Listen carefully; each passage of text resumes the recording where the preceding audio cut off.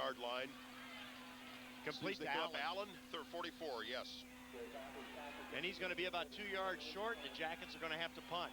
Well, they'll send the punt team out. I was just going to say, I would not be surprised if the Jackets try a little trickery here.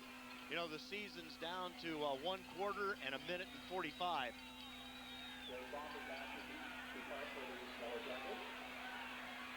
There's our punter, Derek Goffney, and it's a short snap.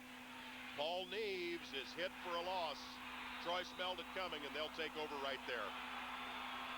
Well, they've seen Sidney go to that well once too often, and this time the Jackets elect to go for it deep in their own territory and come up empty on 4th down.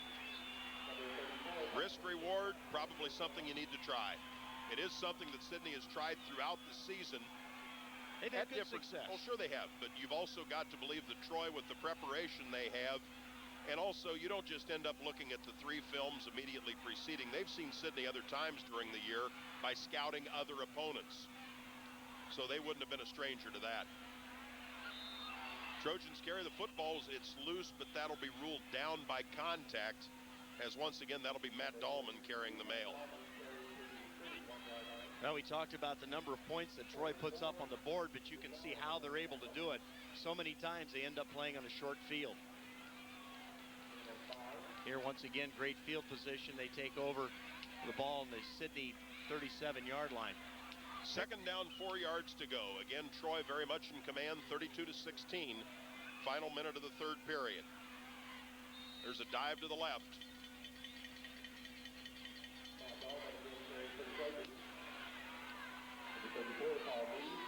That'll make it 3rd and 2. Paul Neves on the stop for the Yellow Jackets.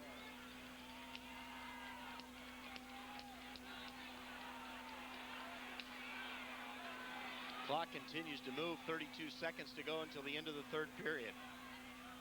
Good tight look at the Trojan rushing offense. That's Brewer. Takes it left down the sideline, headed for the Chow House. Touchdown, Troy. Trojans on the board once again. They're keeping it on the ground this evening with great success. Sidney's lead of 7-3 is a distant memory.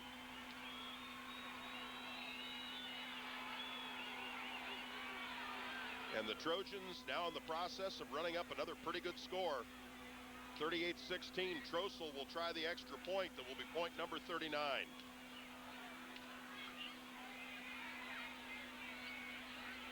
Just a real quick step into the football. There he is, it's up, it looks good, and is. Troy 39, the Yellow Jackets 16. All brought to you by Cargill Incorporated, Kerrigan, Bowler, Stevenson, and Gottemiller attorneys. TC Sports and Design, the Sidney Shelby County YMCA, Star Bank, Sidney Ford Lincoln Mercury, the Heinfeld Insurance Agency, Sidney Interstate Shell, the Dog Pound, Minster State Bank, the Spot and Frisch's Restaurants, Travel to Paradise, Area Energy and Electric, North Dixie Drive-Thru Carryout, Wilson's Cardinal Foods, People's Federal Savings and Loan Association, Errol Browd and Alan Browd of Edward Jones and Company, Emerson Wagner Realty, the Farrington Restaurant, A&B Machine Incorporated, the Field House near the University of Dayton, Myers Garage and Drive-Thru Carryout in Newport, Dickman Insurance Agency, FD Lawrence Electric, Thermoseal Incorporated, and Shelby County Collectibles. And boy, you can hear the kind of a purr, you might say, from the other side of the field. Troy is en route to going 10-0. Trosel's kick. Ludwig will let it go so it can go out of bounds at about the 10. And Sidney will set up shop out at the 35-yard line, 1st and 10. Here comes the Jacket offense. Well, the best field position they've had following a kick has been the 35. So let's see what the Jackets can do. 21 seconds left to go. 3rd period. Still another full quarter of football ahead. And this Troy Trojan football team is a scoring machine. No doubt about that. Coming into this evening, Troy had scored 463 points. So add 39 to that, and that gives you 502. Sidney's highest total ever for 10 games was 430 in 1970. Goffney back to throw, flushed out of the pocket, got some room. Cuts inside of Swiger's block from the tight end position and will go out of bounds into the Troy bench. Good job of scrambling, and he won't be too far away from a first down. I think he got actually up to about the 44-yard line, so a gain on the play of 14. And that puts him, let's see, I've got him at 96 yards. No, that gets him to the 44, but close to a first down. I'm sorry, that's 9 yards. I was thinking they started at the 30. That's a 9-yard pickup, my bad. Second down and a very short yard. 12 seconds to go, third quarter. Possibly the final play of the period. See if the Jackets gamble to go long. Instead, they run it straight ahead. They run straight ahead. They've got a first down. That means the clock will stop while the chains are set. But then, in essence, we'll go to the fourth quarter from there. Sidney trails Troy 39-16. Your locally owned independent groceries are Wilson's Cardinal Foods with 2 Sidney locations. Jim Wilson pledges competitive prices among a wide selection, but feels that personal customer service is what truly sets them apart. This service includes complimentary carryout from the checkout line to your car. Visit Wilson's Cardinal Foods on Wapak Avenue or South Ohio Avenue, but both in Sidney. Both stores feature a delicatessen. You'll love the bakery at the north location. Ask for details about delivery service from Wilson's Cardinal Foods. They'll gladly accommodate their customers who truly need it. Mike Meyer at Meyer's Garage and Drive-Thru Carryout in Newport appreciates his Sidney area customers and is glad to be a part of this telecast. Meyer's offers complete auto and truck repair and service, including 24-hour towing. They feature Pennzoil gasolines, both full and self-serve, along with diesel fuel. Propane is also available. That's Meyer's Garage and Drive-Thru Carryout in Newport at routes 47 and 66, where the drive-thru always has a pop special that never has a limit. Well, David, in the third quarter, the Yellow Jackets eat up almost half the clock to get one score, but Troy comes up with 2 touchdowns of their own. Yep. Jackets first and 10, ball just across their own 45. Goffney to throw, pump fake. Unloads into the sideline. That'll be way over Spradlin, but there's pass interference. Absolutely. Once again, same things. And also, I want to interject quickly, Dale. First thing a lot of people say is the ball was not catchable. While that's correct, in high school, that's not a criteria for the penalty. Once again, we'll see if they call holding or if they call pass interference. Once again, the Troy Trojans beaten as Spradlin goes to move upfield. He just runs up, holds him right there. Got him with the open hand to chest, but that's not allowed. So it's going to be marked off against Troy once again. So Jackets having a good evening throwing the football against Troy. It's going to be a pass interference, automatic 15-yard mark-off. And, David, if Troy does this against some other ball clubs, they're going to get hurt bad, and I think the Jackets can continue to throw the football. Well, Troy will be in with the big boys in the first round of the Division I playoffs a week from this evening. Right now, a week from Saturday. Division I plays on Saturday this year. 2 plays on Friday. I was going to say, Goffney 6 of 8 throwing the football. This is Witt, breaks the tackle, keeps those feet moving. Sessions has got him at the bottom of the stack, but it won't be until there's been a gain of 4 yards. That'll make it 2nd and 6. Sidney on the move, 11:42 to play, but trailing by 23 points. And what a workhorse Kent Witt has been this season. Really thrust into the breach, was moved into the tailback position. And he's got 115 yards rushing right now unofficially tonight. There's Goffney calling signals. He'll give it this way to Paul Neves. Neves will cut it inside, breaks the 35 down to the 33, pickup of 3. Jackets will look at 3rd down and about 3.5. Again, the wide receivers bring in the plays from the Sidney bench. This is installment number 10 of Game of the Week on Time Warner 13 from Sidney. Jackets have had some success on these 3rd down plays with a naked bootleg, but Troy's starting to put a spy on Goffney. Goffney goes back to throw. There's a good look at it as he unloads deep, but the receiver did not head down there. Did David Johnson get chucked beyond the line? Absolutely. He goes to make his cut to the outside. The defender is holding him in the chest when the ball's in the air. The official out there never even looked to see when the ball was in the air and couldn't make the call. So if you can't call what you don't see, definitely holding and a chuck about 10 yards down the field. But it'll go as an incomplete pass. We could see it. You probably saw it on the screen. Clock stopped with 10:44 left. Sidney looks at 4th down, still a long 3. Neves and Spradlin split right. Motion comes this way with Allen. Goffney will run it this way. That's going to be tough sledding. He went airborne. He's going to be short. Trying to get over Mark Adams. He gave the supreme effort. But I'm with you, Dale. There's no way he got there. It looks like they're going to spot it at about the 31. He needed to get to the 29. Pick up on the play of 2. So it's going to turn the ball back over to Troy. A valiant effort, but they ran to the short side of the field and just ran out of real estate. That's right.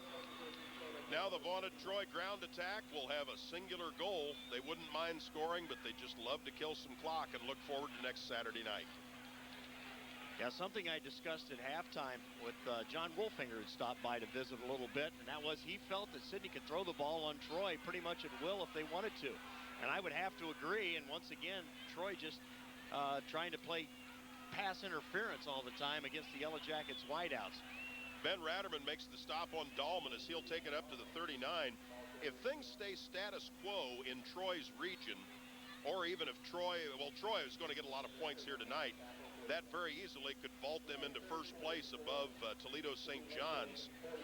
But if Troy and St. John's remain the top teams, and Lima Senior and Kettering Fairmont are the other 2 qualifiers, your pairings will become very obvious. Here's Dahlman tackled by Arns and Spradlin. First down, Troy out to the 44. And as long as Troy and Toledo St. John's are 1 and 2 in some order, and Lima Senior and Fairmont would then be 3 and 4, the pretty obvious scenario would have Troy playing Fairmont in all likelihood down at Welcome Stadium, and Toledo St. John's meeting Lima Senior. That could even be at the Glass Bowl in Toledo. Pretty good opportunity for that. That's where the Yellow Jackets went the last time they qualified for the playoffs. That was for the state semifinals. A big hit inside. Looks like Ben Palfer polishing things off for the Jackets as he was able to come through. So we catch another number. Oh, there's a surprise. First time we've called that tonight, number 34. For the Paul Neves. Paul Neves. Yeah, in the last 4 years, I tell you what, if there's a 34 on this team next year who contributes, with as often as we've called that number, there's going to be a major temptation next year, the first few times he participates, to utter a different name. Like having an Allen wearing number 44. That works. Gregory hands it back. This is Brewer. Boy, what a job cutting back. And that, for you viewers at home, to have him running at an angle straight at our camera, I think that gives you a pretty good testimonial as to the type of running back he is. And he's a sophomore. Yep. Nice piece of running, absolutely. Pick up on the play of 9. And incidentally, had an opportunity to talk before I came to the stadium tonight. Ran into Seth Allen, and I informed him that he made a nice tackle earlier this year. Earlier. As I had inadvertently mentioned his name on the tackle instead of Luke Allen. Right family, right number. Actually, they're going to give him a 10-yard pickup, so they had to stop things as they were able to move the chains. So it's going to be an 11-yard gain for Brewer. Have him unofficially at 179 yards rushing. Trojans moving it into Sidney territory. Nose of the football at the 45-yard line. Richie Lewis goes in motion. Dahlman with Paul Neves making the stop. But it won't be until about 7 yards have been gained on the play. Clock continues to move. It'll be 2nd and 3, and by the snap of the football, there will be just over 8 minutes to play. And 115 yards for Dahlman carrying the mail too. I've got him at 108. I forgot that was Lewis that carried the ball. He's at 59 yards. So they're really spreading the ball around. And that big offensive line for Troy just really gets the job done. Brewer goes out at one of the flanker spots to the right. They'll hand it off to Lewis on the draw. Gets through Paul Neves, through Ben Ratterman, keeps his feet, and goes for the Troy touchdown. Wow. Yeah, that's quality running and keeping his balance, but also the Jackets had a couple opportunities to wrap and didn't do it. We got a penalty flag, I believe. But may this be post-touchdown? Yeah, it's going to be holding. Holding, okay. It's going to be holding against Troy, so that's going to bring that one back. I thought something might have been said after the touchdown, but it's holding. It nullifies a great individual effort, no doubt about that. I believe it's going to be a push. It's not holding, it's a push, so an illegal push in the back. Illegal use of hands goes against Troy, so that's going to be a nice walk-off. The spot of the foul appears to be down at the Sidney 34, so that'll negate the touchdown. we'll march it back the other way. So Troy, with this great crowd we have here this evening, I've got to wonder if our new cameraman got a decent place to park. Okay, that's what I thought. This is the biggest crowd that's been in this place in quite a while. As Dale said much earlier in the telecast, we were hoping earlier this would be the battle of 9-0. Turns out it's 9-0 versus 7-2, and Sidney hung close for a long time. This is Brewer, keeps those legs at churning. Ratterman makes the stop, but it's a Troy first down.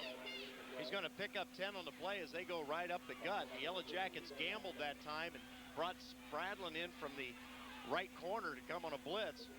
But with the straight ahead run, 10 yards and another Troy first down. Sophomore tackles sophomore.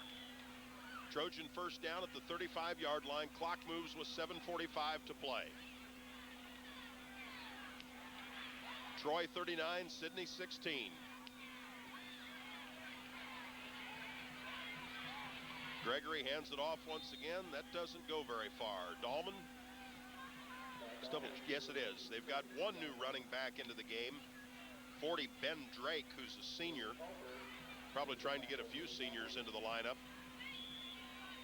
Richie Lewis is a senior. Ryan Brewer is a sophomore.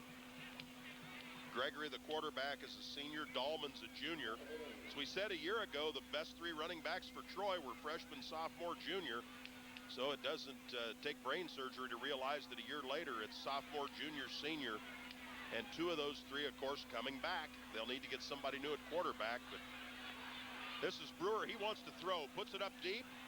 It's a wounded duck. Football knocked around. Caught by Dunn. Touchdown. That's going to be I think that's going to go against Sidney. Well, it was good coverage. They had two Sidney defenders back there. We'll see how the call goes. This may be offensive. Pass interference, they do call it against Sidney. Right. That ball was up for grabs, and Sidney tipped it. And that was number 5, Brian Dunn, who caught the football just down to our left. Troy's on the board once again, and now Brewer has shown another dimension. It's a touchdown pass. That one was a wobbler, but Troy got a nice job done against a two-man coverage. And Trossel will try another extra point. He entered this evening with 43 PATs. This will be how many this evening? Golly. I've got 1, 2, 3, 4. 5. Is that 5? That'll make it 5. Okay. That'll give him 48 PATs and 3 field goals this season. And Troy is up 46 to 16. 6:46 to play. The Trojans receive a standing ovation. Serving the Sidney area with great food since the days of saddle shoes and hot cars. Well, that's Frisch's on Wapak Avenue. While Frisch's will always be synonymous with its famous Big Boy, you'll also find a wide and varied selection, including their home cook and dinner menu. And be sure to check Frisch's featured dessert. For a snack or a meal, come see the good people at Frisch's in Sidney. You'll be in for a real treat. The 1996 season marks the conclusion of the first century of Sidney High School football. I'm proud to be compiling a book on the subject, which will be available at Shelby County Collectibles, time to be announced. The book will be packed with scores, photos, and features, along with some non-football historical perspective. During November, watch for details in the Sidney Daily News. We'll be giving you an update very soon. Join me in reliving a century of Sidney football, which will benefit from the proceeds. Well, never let it be said that Troy was willing to lay down and run the clock out as they go to the halfback pass with 6:46 left to go in the game. Drossel's kick, he's out of bounds once again. Are they just content to let Sidney start at the 35 given the game situation? I think we're going to get a flag, number 41 from Troy. Give a forearm shot to Nash Pillsbury. He took a Jason Lark. That would be a dead ball foul, I believe. You know, it was Pillsbury was coming up with the block, and he was doing the right thing. And 41 just hauled back and gave a swing right to the headgear. And that flag came from way upfield. That should be an unsportsmanlike against Troy. Something we've seen a lot of tonight.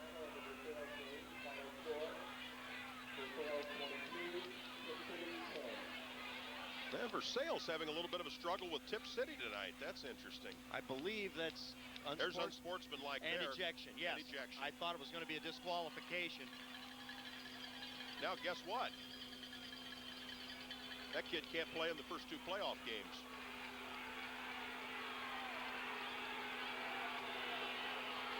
Well, the boos that you hear come from the Troy side, but if they want to stop up tomorrow or this morning and watch the tape replay of this game, they'll see that that was deserved. That was as cheap a shot as you'll see, and for absolutely no reason. The ball had already been kicked out of bounds. Of course, the Sydney blocker is throwing his block.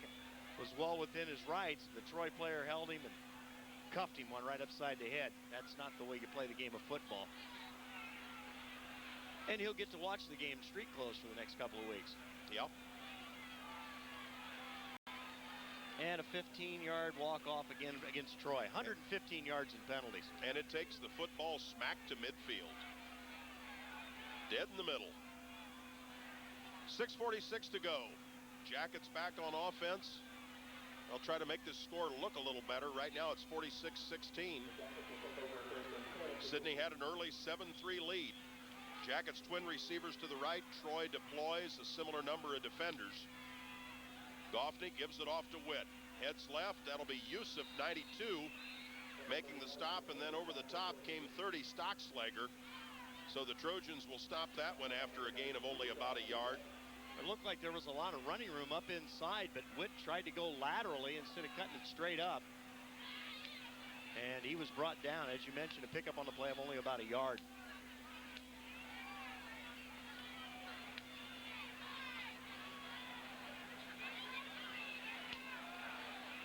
Jackets break the huddle.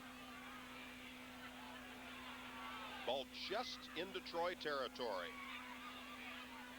There's a good look at your lines of scrimmage, and there's a penalty flag. That'll be delay of game. Took too long for the Yellow Jackets to pull the trigger. I think they were wanting to go deep to Spradlin out here to the right side, but just unable to call the snap, so the Jackets will be penalized, and really only for the 4th time. That's procedure. They didn't go delay a game. I'll be darned. Well, either way, it's only the 4th penalty. 2 of them. I'm not saying you were wrong. Yeah. That's what the referee called it. Well, we'll see. Anyway, it's going to be a 5-yard walk-off regardless. It'll be 2nd down and make it about 14. But it's what I was starting to say, the Yellow Jackets really need to look. They're splitting out wide again. They got single coverage. Look for them to try to go deep. Goffney back to throw. Unloads over the middle. Got Johnson in stride at the 35-yard line. That's wide open. It's been there all night. It'll be a 1st down for the Yellow Jackets. And Johnson comes up limping. When they go to double wideouts like that, Troy just goes with single man coverage. They rotate about 15 yards off. That look-in pass is wide open. Nice pickup on the play. He's going to get the ball down to the 35-yard line. It's going to be a gain on the play of 19 and a Jacket 1st down. Spradlin will split out to the left. Swiger and Neves to the right, as well as Allen at right wing. Handoff straight ahead. That's Witt. Trojans got him right in the middle. Nothing there. Nothing whatsoever. We continue to move at the 5:15 mark. By the snap of the football, we will be under 5 minutes. Now give gain on the play to Witt that time of a yard. 117 yards in rushing tonight for Kent Witt. And arguably, Derek Goffney having his finest game of the season tonight. Got him, unofficially with 93 yards of rushing, and right now, Dave, 7 of 10 passing. And you said some of that rushing was pancake-style rushing. He's done a good job. Goffney rolls out, got company. He gets away. Midfield wants to throw it deep and just gets rid of it out of bounds. They'll call that. No. Is that maybe interference? It's going to be interference. Because the ball doesn't have to be catchable. That's right. And he had the Sydney defender out of bounds and holding him by the jersey. Yeah. Number 23, Smith for Jackets Sydney. look like they caught a break. I think they are now. It's unsportsmanlike conduct against Troy. As he had run the Sydney defender out of bounds and was about 2 yards out of bounds and was throwing him around by the jersey. I tell you, It's going to be another mark off against Troy, and that's something we have seen a great deal of tonight.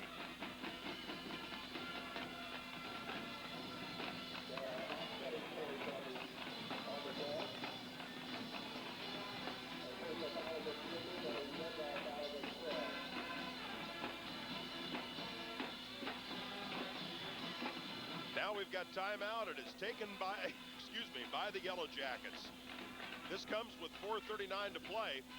Well, apparently we're not going to have anything marked off. The spot of the ball is going to be the same. I think we may have offsetting penalties. I don't know how. The unsportsmanlike conduct is obviously a dead ball foul. They have offsetting dead ball. There appears to be a pretty good argument on it now, but whatever they've done, we end up with 2nd down 9. We'll say that. And, I'm not going to try to figure it out. We've had some interesting calls tonight. No, we'll leave it there. These telecasts are made possible through the cooperation, of the participating schools, including Sidney and Troy, and the financial support of over 30 local community-minded businesses. Thanks to all concerned from Ross Media and Channel 13 Productions. We're your partners in locally televised high school sports. This is Channel 13 on the Time Warner cable system from Sidney. Well, that time, Dave, I think the Yellow Jackets were going to go with the naked bootleg again, or at least take a shot at it. But Troy's really putting a spy on Derek Goffney now. He's burnt them enough this evening, and they've learned their lesson. A good defensive adjustment there. So now the Jackets will face a 2nd down, about 9.5. Goffney back to throw. Unloads over the middle for, I believe, looking for Spradlin. It fell somewhere between Neves and Spradlin. That'll take it to 3rd down and still about 9 with 4:35 to play. I'm not so sure that ball wasn't intended over the middle to Neves and just overthrown.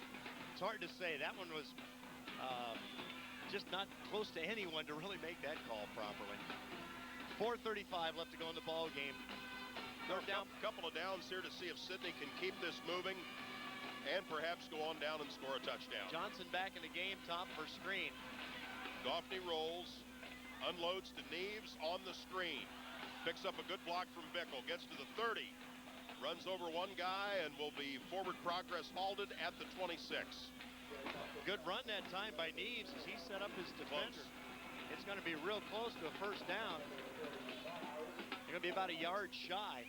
Okay, they'll go for it on 4th down, and they'll need the better part of a full yard. Well, that time Neves electing not to get fancy and try to elude the tackler, went right over the top and won the battle as he was able to pancake his man. But the Yellow Jackets, Dave, are going to take their 2nd time out in this drive to talk things over. So 4:02 left to go in the ball game. The Jackets will have a big 4th down play coming up. Once again, with this victory, Troy will not only run the table on the season, but they did not have a loss in the conference naturally, but Greenville's only loss in the conference entering the final evening, and Greenville hosting Trotwood Madison tonight, they should have no problem. Greenville will finish in 2nd place in the league. Then would come a logjam, depending on tonight's outcomes, of schools with 3 losses, and Sidney would be included in that group. But Troy will be 10-0 overall and 7-0 in the GMVC. This has been a Troy and Piqua League in terms of championships and playoff berths in recent years. Here's Neves, a lot of room. 1st down, gets to the 15, down to the 14-yard line. And the Jackets was something to cheer about. Stop made by Fred Burns, 23. Everything will reset with 3:56 to go. Sidney with the ball at the 14-yard line, right hash mark. 1st down 10. Good power running right there. Neves with a 13-yard pickup. Clock's moving. We're inside of 4 minutes.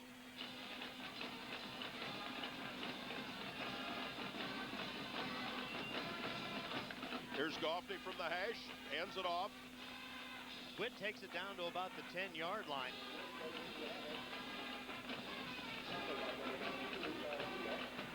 So the Jackets need to get just about to the 5 for a 1st down. Football will be inside the 11. We remain at the right hash mark. Clock moving with 3:22 to play. Well, the spot's going to be a little closer to the 11. You see it right there, so gain on the play of 3.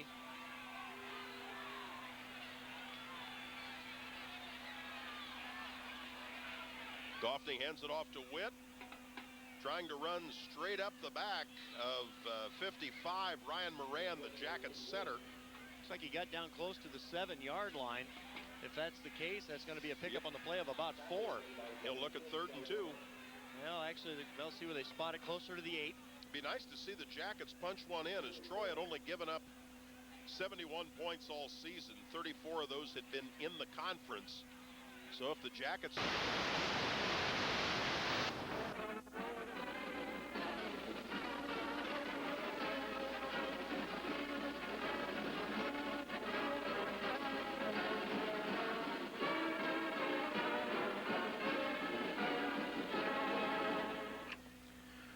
Week number 7 of the local high school football season, and the Sidney Yellow Jackets are still undefeated. This is Dave Ross, soon to be joined by Dale Gibbon on Yellow Jacket Replay, as Sidney will host the West Carrollton Pirates. It's all brought to you by Cargill Incorporated, Kerrigan, Boulder, Stevenson, and Gottamiller Attorneys, TC Sports and Design, the Sidney Shelby County YMCA, Star Bank, Sidney Ford Lincoln Mercury, the Heinfeld Insurance Agency, Sidney Interstate Shell, the Dog Pound, Minster State Bank, the Spot and Frisch's Restaurants, Travel to Paradise, Area Energy and Electric, North Dixie Drive-Thru Carry-Out, Wilson's Cardinal Foods, People's Federal Savings and Loan Association, Errol Browd and Alan Browd of Edward Jones and Company, Emerson Wagner Realty, the Farrington Restaurant, A&B Machine Incorporated, the Field House near the University of Dayton, Myers Garage and Drive-Thru Carry-Out in Newport, the Dickman Insurance Agency, FD Lawrence Electric, Thermoseal Incorporated, and Shelby County Collectibles. Our cameraman is John Hemp from Hemp Imagery in Sidney, specializing in still and video photography of weddings and other memorable events, like this Yellow Jacket Replay on Game of the Week. Call John Hemp at 492-7313. He promises he'll give you his best shot. And we will be delivering directly to you Sidney head coach Scott Roddy. But first, this. This is Bruce Dickman of the Dickman Insurance Agency, representing the Northwestern Mutual Life Insurance Company. I deal with individuals and small businesses in the areas of life and health insurance, disability income, and pension planning.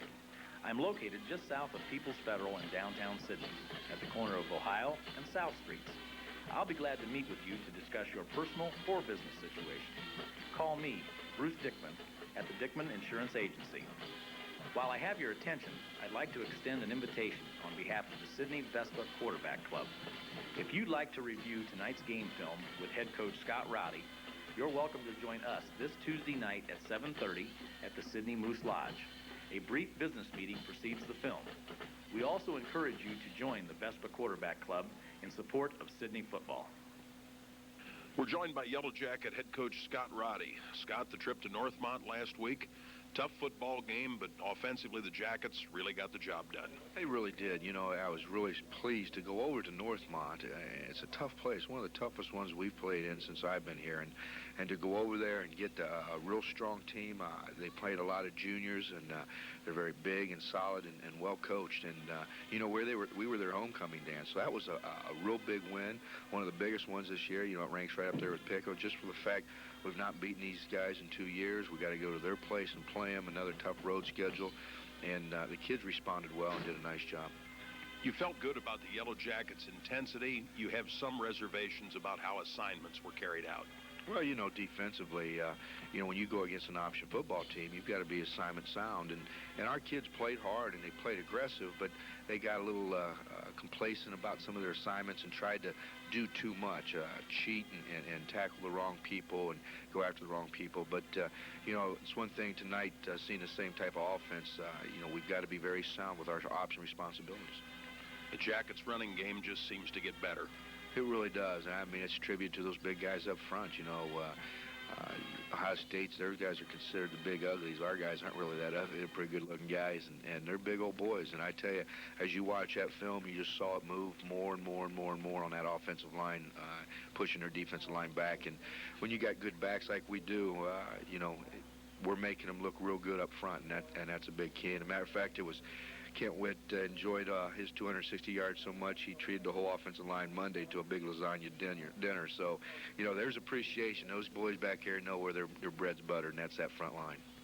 West Carrollton comes to Sidney with 2 victories on the season.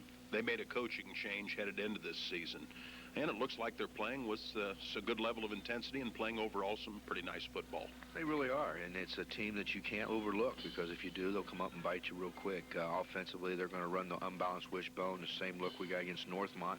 Defensively, they're going to run a 50, and they're going to run it the same way Northmont did with the tilt and the slant. So, it's a dual week, which is kind of nice for us after putting, I thought, a pretty good game plan together last week. Be able to work on it again this week and get it mastered, because offensively, we're going to see 50s from here on out, and that's going to help us prepare for the games later on. But, this is a team up front offensively. They've got big size.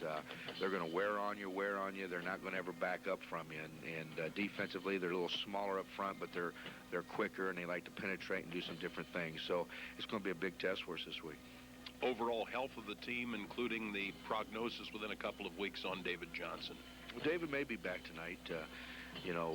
We've just got to see how things are feeling and go through pregame and things like that. Definitely going to have him back for the Greenville game. Tonight's game could be a little questionable, but we'll just see. Nick Swiger's Achilles is still tight, and he's in and out of practice, and he's not 100%, and I really feel bad for him, as bad as luck as he had. Sprained that ankle first day of contact, bummed all the way through, finally gets that feeling better, and pulls an Achilles on the other foot. So he's not having much luck with his lower legs, but he's a force even at 90%. So hopefully we'll get him healed here in the next week and get him back to 100%, because then he's a full load. This is Yellow Jacket Replay on Warner 13 Sidney. I'm Dave Ross before Sidney entertains West Carrollton with head coach Scott Roddy.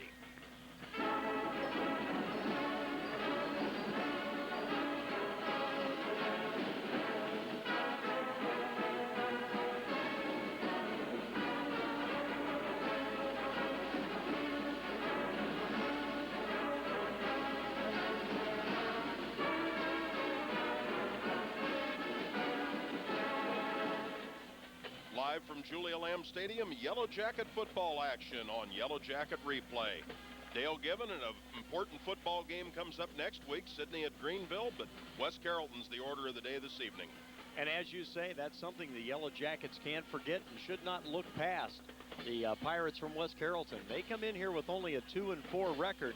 But, David, they've got a nice football team, and they've got a new offensive system, and let's hope they don't put it all together tonight, because the Yellow Jackets don't need to come up with a loss right here. Yellow Jackets undefeated heading into the West Carrollton contest. At halftime of this game, People's Federal Savings and Loan Association will step forward to bring you the Pride of Sidney Marching Band Show. People's Federal has been in step with the financial needs of the local individual consumer since all the way back in 1886.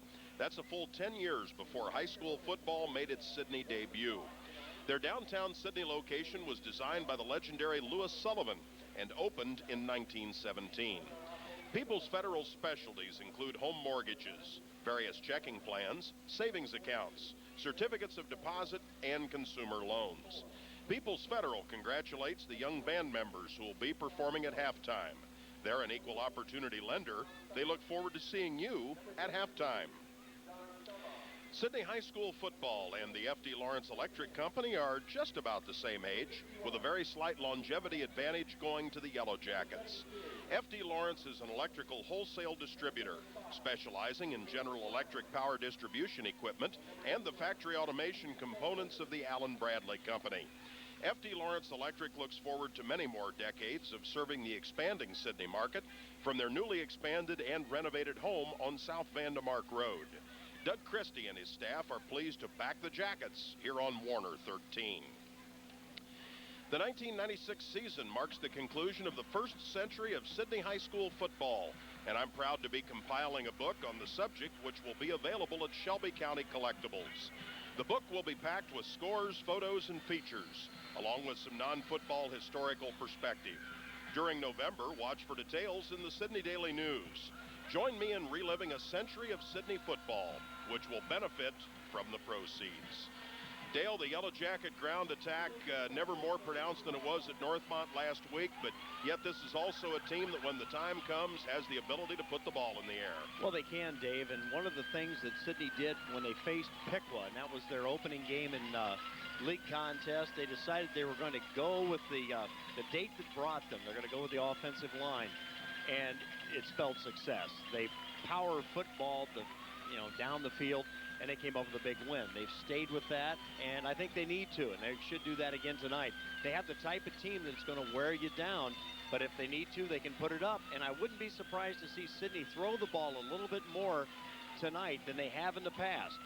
Look for the Jackets to open things up a little bit.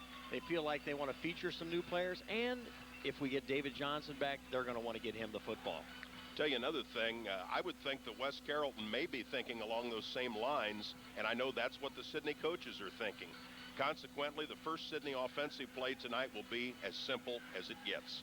It's going to be a basic dive play. Shelby County Collectibles on the north side of Courthouse Square in downtown Sidney has been your sport card headquarters since 1982. They carry all types of sports cards dating back to 1953 with over 1 million singles in stock, along with sets and wax boxes. But since Shelby County Collectibles is more than just a card shop, they feature coins and coin supplies, over 10,000 comic books, glassware, old postcards, NASCAR die-cast cars, local historical items, and a whole lot more. If you're interested in collectibles, visit Shelby County Collectibles on the north side of Courthouse Square. As I mentioned, they'll also be featuring my new book, A Century of Sidney High School Football, 1896 through 1996. Watch for details and always visit Shelby County Collectibles. Cargill Incorporated's 130 years of grain trading and processing allows Cargill to provide complete market information. Locally, Cargill's soybean plant in Sidney purchases beans directly from farmers. Minimum load size is 250 bushels. Call 1-800-762-1246 to talk with Andrea or Salisa about marketing alternatives, or call after business hours for current bid information. Bean dump hours are 7 a.m. to 4 p.m. Monday through Friday, with extended hours during harvest. Sell your grain directly to the end user and maximize profits by calling Cargill Incorporated. Dale, one thing that goes with having an undefeated football team, and the team just ran out in front of the crowd, it is a large crowd. It is on this side of the field anyhow, Dave. The Yellow Jackets have a great following, as always. West Carrollton coming up the interstate quite a ways, has a good-sized band. And Thank you. And somewhat of a sparse following. But, David, either way, the Yellow Jackets have a great home side of the field, and they'll be rooting very hard for Yellow Jackets, as always. Interesting walk across the field taking place down to our left. West Carrollton very slowly walking over to the other side. The Yellow Jackets already in place, ready to start the ball game. So already a little bit of psychological tactics, if you will, taking place. Now they sprint up. They're ready to start the ball game. But, David, the Yellow Jackets pretty much healthy at this point in time. There's a pretty good distance off. We might mention that when you were following West Carrollton onto the field, they, as visiting teams are mostly doing here now, are occupying the field house down here to our left at the north end of Julia Lamb Stadium. And the Sidney team is actually using Bridgeview Middle School, which, of course, is our home. Yeah, that's right. They used to be the field house was where the Yellow Jackets went, but now that's where they put the visiting team. As you mentioned, they occupy the what used to be the old high school. They actually go into the gymnasium here and really spread out and have some room to work and relax and kind of spread out. And I think that's good for the players. It takes them a little longer to get in and out, but I think it's good for them. They're able to relax. Now you see the Jackets starting to deploy. How does they're going to kick off? They'll be defending the goal to the south in front of Jackson Towers, and handling the kickoff chores will be sophomore Brandon Swigeren. David, what a great job he's done this year, averaging 51-plus yards per kickoff. Yeah, as we've not emphasized that statistic over the years, and with pretty good reason. You've had a lot of times when the kicker's been trying to squib kick and things like that, and he really hasn't been instructed to kick the ball deep. But this guy is, because he's got the leg to do it. His average kickoff is inside the 10. In fact, we recall the Bell Fountain game where they started their 4 possessions that night from an average of the 20-yard line, including 2 touchbacks. That's right. Their best field position after a kickoff was the 22. Swiger will kick it off, and we'll be underway with Sidney against West Carrollton, teams that resumed their relationship back in 1990 when Tecumseh left the Greater Miami Valley Conference and West Carrollton took that spot. It should be a fast track, even though it's had some rough go the last couple of weeks. It's dry tonight. Let's see how the Jackets do. They'll kick it off. Swiger's boot. This will be short. It'll come to about the 16-yard line, and they'll hand the football off. There's some room up the left sideline. I believe Jason Brown, 22. He'll get out over the 35 to the 37-yard line. Maybe the 38. So West Carrollton sets up in pretty good field position. Indeed, it is the 38-yard line, 1st and 10. Well, not a good kickoff that time by Swiger. We gave him all the compliments we could muster, and not a good one. And West Carrollton had a gimmick play on. They were going to do the reverse. They tried it. It was still successful. They got great field position out at the 37. Here's the broken wishbone. They'll run the football this way on a sweep. Get the corner turned. That's number 11, Jim Ellis, one of the top rushers in the GMVC. He'll be taken out of bounds by Wheeler and Allen as he will approach the 45-yard line. So the gain on the play, he'll get 6. He's looking at 2nd and 4.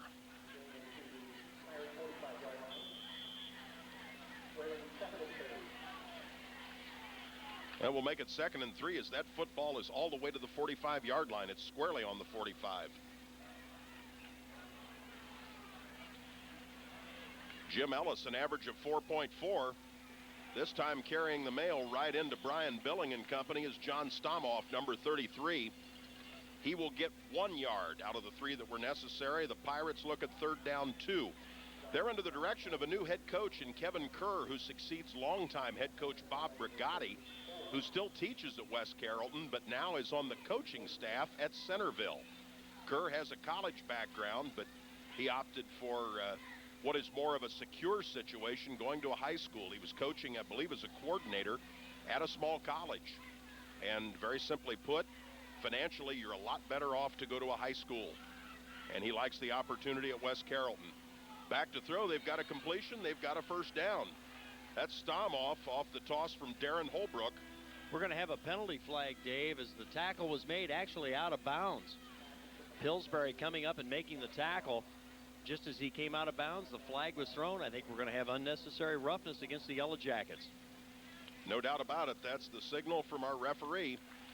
The Pirates had already taken the ball into Sidney territory, and now they'll go a whole bunch further. What's going to be an 8-yard completion. Yeah, but the football's all the way down at the 31. After a 15-yard penalty, and something Coach Roddy said, they can't beat themselves. As long as the Jackets don't beat the Jackets, they'll do fine. But that's not the way to do it. A look from the side of the West Carrollton offense, about a 45-degree angle. It'll be the option play to the left. They'll pitch the football back to Stomoff. Somebody got a slobber knocker. Let's see if we can pick up a number as they unstack. Paul Neves, I've got to believe. Number 34. You got it right. He had the best shot. Wow. That was one of those real heavy contact tackles. Well, it's right in the numbers, and that's what you like to see. He comes up, and the ball carrier coming at full speed into the line all of a sudden stops, goes backward, and rests on the seat of his pants. That's a great tackle. He was aware of Paul Neves' presence. Here comes West Carrollton again with the full wishbone. Single receiver out to the right. Second man through Fumble. on the counter play. That's a loose football. The early indication is Sidney. And Luke Allen has the football. It will belong to the Yellow Jackets. No, excuse me. That's number 46. Allen pulled it out of the pile. Okay, they'll credit it to Weber. Yes.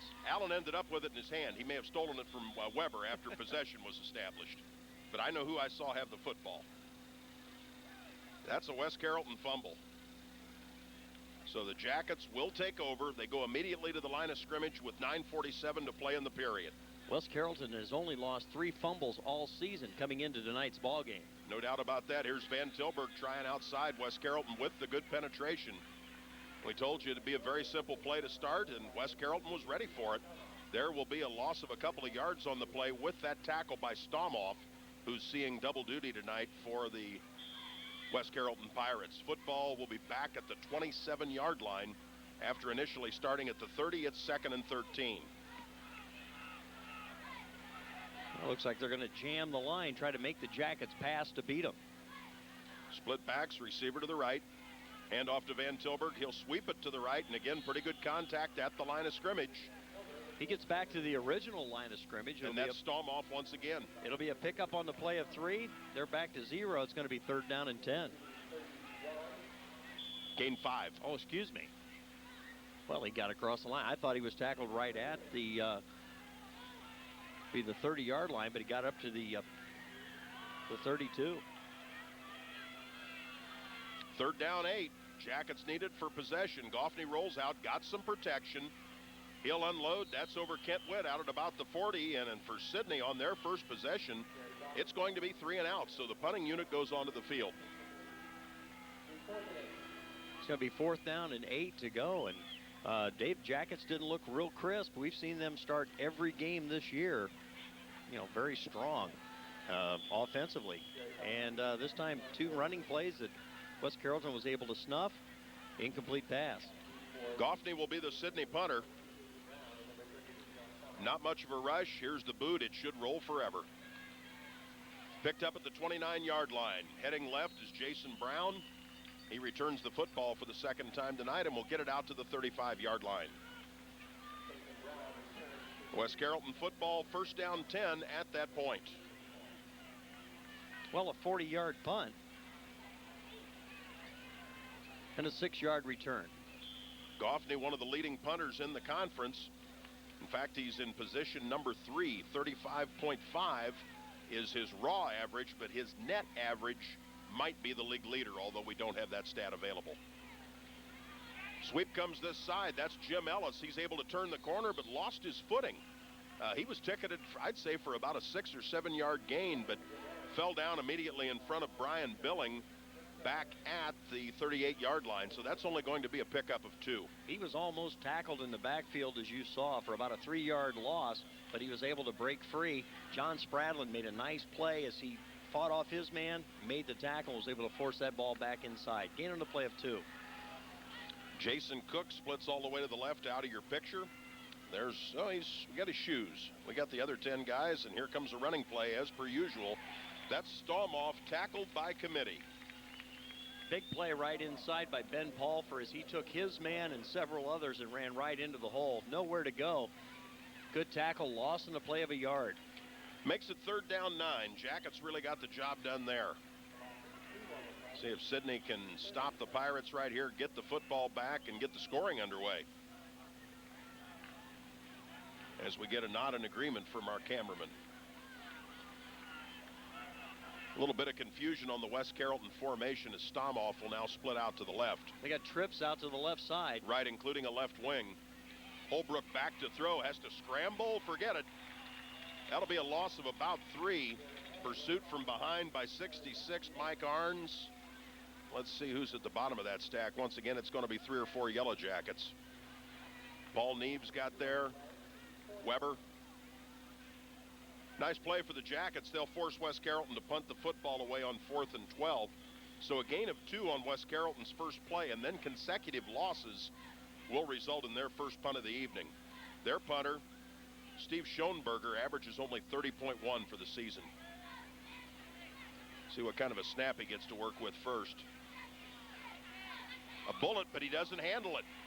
Not able to pick up the football, finally gets rid of it. Let's see what kind of a roller if Sidney Fair catches. They do. Nice play. Sidney will start from the 40, and Dale, who caught that football? Well, we haven't seen him in a while. Yeah, we sure haven't. Number 2, I was hoping he'd be back there. David Johnson, the last time he scored for the Yellow Jackets was a few games ago. Bell Fountain at the south end of the stadium when Sidney had fallen behind. And he's going to stay in the ball game, Dave, Yeah. and that's good news for the Yellow Jackets. That's great. He made a catch there that probably saved him some yardage. About a 25-yard punt. Actually, West Carrollton was very lucky to get that away. Right. No doubt about that. That could have been an absolute disaster. This is Van Tilburg, and he goes absolutely nowhere, brought down in his tracks at the line of scrimmage. Well, we've talked so much over the last few weeks, Dave, about the offensive line, the way they've been able to dominate and blow people off the line. give West Carrollton some credit right now. They're dominating from the defensive side against the Yellow Jackets. Spradlin will split to the left. Looks like a messenger situation early on between Spradlin 3 and Johnson 2. Handoff went to the first man, Kent Witt, and I tell you what, West Carrollton will limit that one to about 5, but the Jackets do have a manageable situation on the next down of 3rd and 5. Tackle made by 58, Chris Hinch. Well, that time I think the Jackets were wanting to see how West Carrollton would play them if they split Spradlin out that far to the left. They actually pulled off of him and tried to go with some deep coverage. David Johnson is split out of your screen to our side of the field. Jackets need 5. Goffney rolls this way. Looking for Johnson, underthrown. Defense there is provided by, let's see, 36 for West Carrollton is Chris Lewis. Actually, the ball was thrown at Paul Neves. It was? Yes, hit. That's who got a hand on it, Dave, number 34. Okay, I missed Paul. Yeah, I flat out missed him. Yeah, he came across the middle. The ball went off his hand. And that was the man they were trying to go to, and a little deeper drop. It's 4th down 5. Sidney will kick it away. Goffney will handle that. Takes a high snap from center. Here's the boot. That should be fair caught. It won't be touched. No, they'll leave it alone. That football will roll down to the 16-yard line. That turns out pretty well for the Jackets, as West Carrollton will go on offense. Brought to you in part by Cargill Incorporated, Kerrigan, Boulder, Stevenson, and Gottemiller Attorneys, TC Sports and Design, and the Sidney Shelby County YMCA. 39-yard punt, no return. That was a nice, very high spiral that finally came down. West Carrollton did not come up and field the ball as they should have, and allowed that ball to roll a little bit. So the Yellow Jackets now 5:01 to go first period. Let's see what the defense can do. Think about the exchange of punts. Sidney fair caught, West Carrollton didn't, and West Carrollton's field position pays for it. Great tackle right at the point of attack. The Yellow Jackets swarming all over the ball carrier. That was Weber. He got there 46. Carrying the football, Tim Burns, 24. And the gain will be a long yard. 2nd down. I think they were very generous with that spot. I would agree. 4:36 to go in what has been a scoreless first period. This is West Carrollton's 3rd possession. Sidney has had 2. Twin receivers go to the left at the top of your screen. Holbrook wants to throw it again. Now he breaks out of the pack. He's got some yardage, 30. 35 wants to cut it back. Allen and Pillsbury will make the stop at the 38. But with a whole bunch of yardage to spare, they've got a 1st down. They gain of 20. 1st and 10 Pirates. Sidney's defense left nobody to throw to, but once Holbrook had fled the basic pass rush, he had some yardage available. He pulled up to throw. Jackets went up in the air to bat the ball down. When they did, he was able to squirt free, and a nice job of running. Nets them 20 yards and a 1st down. Ball out to the West Carrollton 38-yard line. At the right hash mark, wide side of the field's to the left. Wishbone with a receiver left. Holbrook, counter play, goes to the left side. Stomp off to midfield. Gets to the 45, breaks tackle. Spradlin chasing him. He'll make the stop at the 30-yard line. Gain of 32.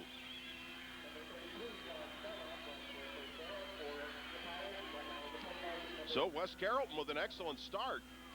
You know, sometimes you'll hear, well, you know, this is a good 2-4 football team and so forth, and a lot of times that's just a cliche. The Sidney coaches, I know what they're telling me. They believe that this is a decent football team. And they are, and they're proving it right now. Their 3rd 1st down in the game, and the Yellow Jackets have none. There wasn't any doubt about their assessment of these guys. That play is stopped in its tracks. Well, let's hope they wake up this sleeping giant of the Yellow Jackets and get them busy on the defensive side of the football. Ben Pulfer, a couple of others in on that play for Sidney. See Luke Allen, number 44, getting up. 3:11 left to go in the first period. Going to be a pickup on the play of about 2. That'll make it 2nd and 8. As Dale said, about 2/3 of the way through the opening quarter. Receiver left, Wishbone in the backfield. We'll see a lot of similarities offensively between West Carrollton and Northmont. Handoff will be to Burns, 2nd man through. He'll get a couple of yards shy of the 1st down.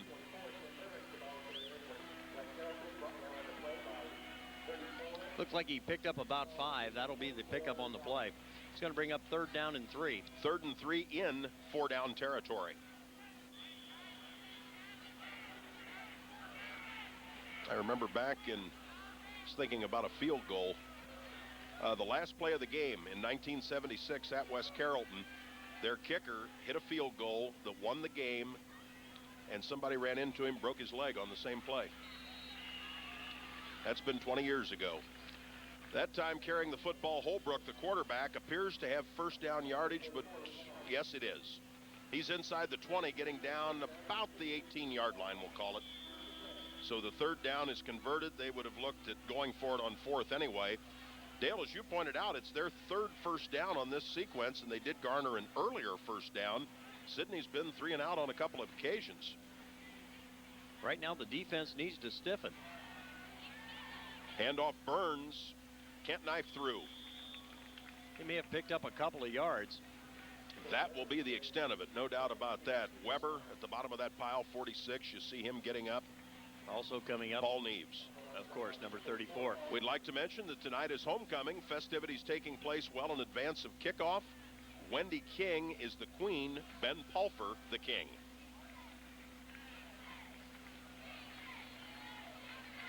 So congratulations to them, but we need to win a football game on top of that. Here's motion by the Pirates out to the right side. Holbrook wants to throw, got company. Arns and Billing got him. That's a coverage sack right there. He wanted to dump one over the middle. Sidney's been victimized earlier this year, Dave, with that dump off to the tight end. Now they seem to be staying home. They covered it well right there. He had tried to pass once before, but was able to scramble for a 16-yard pickup. This time, no dice. Yellow Jackets trap him. It's going to be a loss in the play of a yard. We'll go to 3rd down 10. Gain of 1, loss of 1 since the 3rd 1st down of the sequence. Holbrook wants to throw. Got a man out in the flat. He's got a completion to Stomoff, who'll take the football down to the 7. Tackled by Spradlin. 1st and goal, West Carrollton. This is a team that in the mud a couple of weeks ago, maybe not so much mud because of the way Troy keeps their field, but let's put it this way, it was exceedingly wet.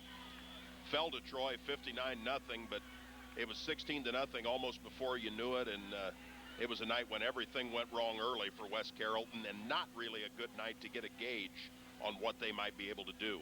What we're seeing so far is sound. Ball spotted at the 7, 1st and goal. Counterplay, Stomoff, one of the linebackers stacks him up at about the 5-yard line. Allen or Neves, we've got to believe. It'll be Neves. So we'll go to 2nd and goal, football at the 6-yard line. It's a spot on. I think they still may be at the 7. That's what they're listing on the score. I know it's difficult from our angle. And that'll be the end of the quarter. With no score. For your consideration from Kerrigan, Bowler, Stevenson, and Gottemiller, attorneys and counselors at law. When Rogers settled his personal injury claim, he never thought about its effect on his other pending legal matters, but we did. It's not enough to be tough and smart when handling a client's affairs. You also have to know about his health, his family, and financial picture. That's why we prepare wills, trusts, and powers of attorney for our clients, not just settle claims. We handle divorce, custody, and support matters, along with estates, bankruptcies, and the organization and incorporation of businesses. So when Roger got hurt in an auto accident and came to us, he didn't have to tell us about his pending divorce. We already knew. We were his attorneys. We have been a full-service law firm serving clients like Roger right here in Shelby County for the last 63 years. If you're looking for a full-service law firm, one which doesn't just make a quick personal injury settlement, remember Kerrigan, Bowler, Stevenson, and Gottemiller in downtown Sydney. For 63 years, your full-service attorneys. Jackets with their backs to it, Dale, as we start quarter number 2. Well, Dave, the Yellow Jackets will now go down to our left. And they get their hands full. The ball spotted just inside the 7-yard line. 2nd down and goal. And, Dave, the Yellow Jackets actually look a little flat. This is the 11th play of the West Carrollton drive. They took over at their own 17 after an exchange of punts. We thought the Jackets might turn the tide right then, but a couple of good plays by the offense of West Carrollton. Here's the wishbone. This is Ellis. Paul Neves stacks him up at the 5-yard line. We'll go to 3rd down and goal. So a gain of consecutive gains of 1 yard, 3rd and goal the result. Well, they haven't been able to run the ball very successfully. I would expect them to go for a pass right here. Let's see if the Jackets come with a blitz. We will take a look-see. Straight down the line of scrimmage, just underway, quarter number 2 from Julia Lamb Stadium. With this new offense for West Carrollton, they rely so much on their running game. They don't have a real sophisticated passing attack. Well, let's see what happens here. An absolute perfect night for football. Let's see who scores first. They're sending trips out to the left side. Stomoff comes in motion. The rollout by Holbrook is the same way he wants to keep. He's not going to make it. Yeah, he won't even get to the line of scrimmage. Several Jackets there. Allen, Neves, Wheeler, and there's one more underneath that pile. It's going to be a loss of 5 on the play, Dave. A good job by the Yellow Jackets in pursuit. That was Weber. They saw it coming, and Dave, it was a real nice job. It's going to bring up a 4th down situation, 4th and 10. I would expect West Carrollton would drive for the field goal, but a severe angle. Really, when you're out that far, that would be 27 yards, and the angle not so much of a factor. It looks like they're going to spot the ball back at the 28.5, Dave. That's a pretty wow, that's a huge drop. That's a huge snap. That's not what's normally done. Here's the place kick. Looks good. Is good. It is. West Carrollton's field goal by Chad Orth, number 26. The Pirates have drawn first blood with 10:25 to play in the first half. West Carrollton 3, Sidney nothing. That was a drop of, well, it should have been from the 27. It was 28.5. He dropped back 8.5 yards. Chad Orth with the field goal. No Cleveland Browns this year? Well, there's still action aplenty at the Dog Pound behind the Sidney Econo Lodge. They've expanded their bar, added a Big Dog hot dog, and they still have Sidney's best chicken wings. Stop by the Dog Pound after your favorite Friday night high school football game, as their kitchen is open until midnight. Watch big screen NFL and college football at the Dog Pound, including the Ohio State Buckeyes, as there's a Buckeye bash every time John Cooper and company take the field. Saturday afternoon's game pits the Buckeyes against Wisconsin with a 3:30 kickoff. We'll see you at the Dog Pound. Well, Dave, the Yellow Jackets trail early. 3-0, and now West Carrollton will kick off. Let's see if the Jackets can get a decent return. Standing back at the 15-yard line, looks like Howie Ludwig and David Johnson. West Carrollton drove that ball 73 yards to the field goal. Here's the kickoff. It'll hit. Did Johnson touch it? I believe he did. Because the clock started. He's back at the 5. His knee hit. Yes. One official had it, one didn't. Sidney will start from the 6. It'll be a good time to go 94 yards. Well, it sure would, Dave, but, you know, these are the type of things you worry about when you come against a team like West Carrollton. You know, you don't want to give them a lot of breaks. They give them the early lead. Now the Yellow Jackets, you know, make a mistake in the return. Knee touches down just across the 5-yard line, so the Jackets have a long way to go.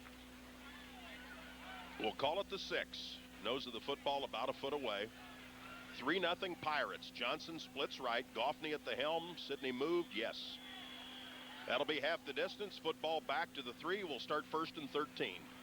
Well, looking at that setup right now, West Carrollton electing to play man-on-man on the wideout. And I don't think they can stay with David Johnson if he lights it up down the sidelines.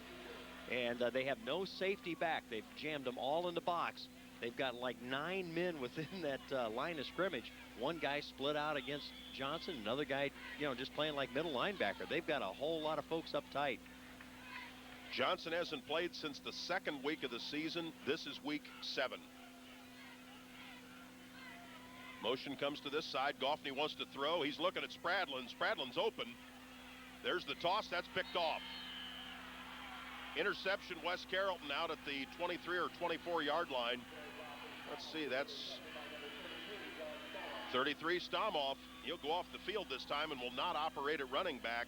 Jackets are intercepted. Well, what happens right there, Dave, is Spradlin comes out into the left flat. He's open for a pass if he'll run it to the sidelines. Instead, he tries to cut it back into coverage, and Goffney has to throw into people. He needed to come back out, get the football, get the first down. That's just not a good pattern that was run right there. From the 23-yard line, we've got a timeout taken by the official. Let's see what this is. He's ready. Okay. It was brief.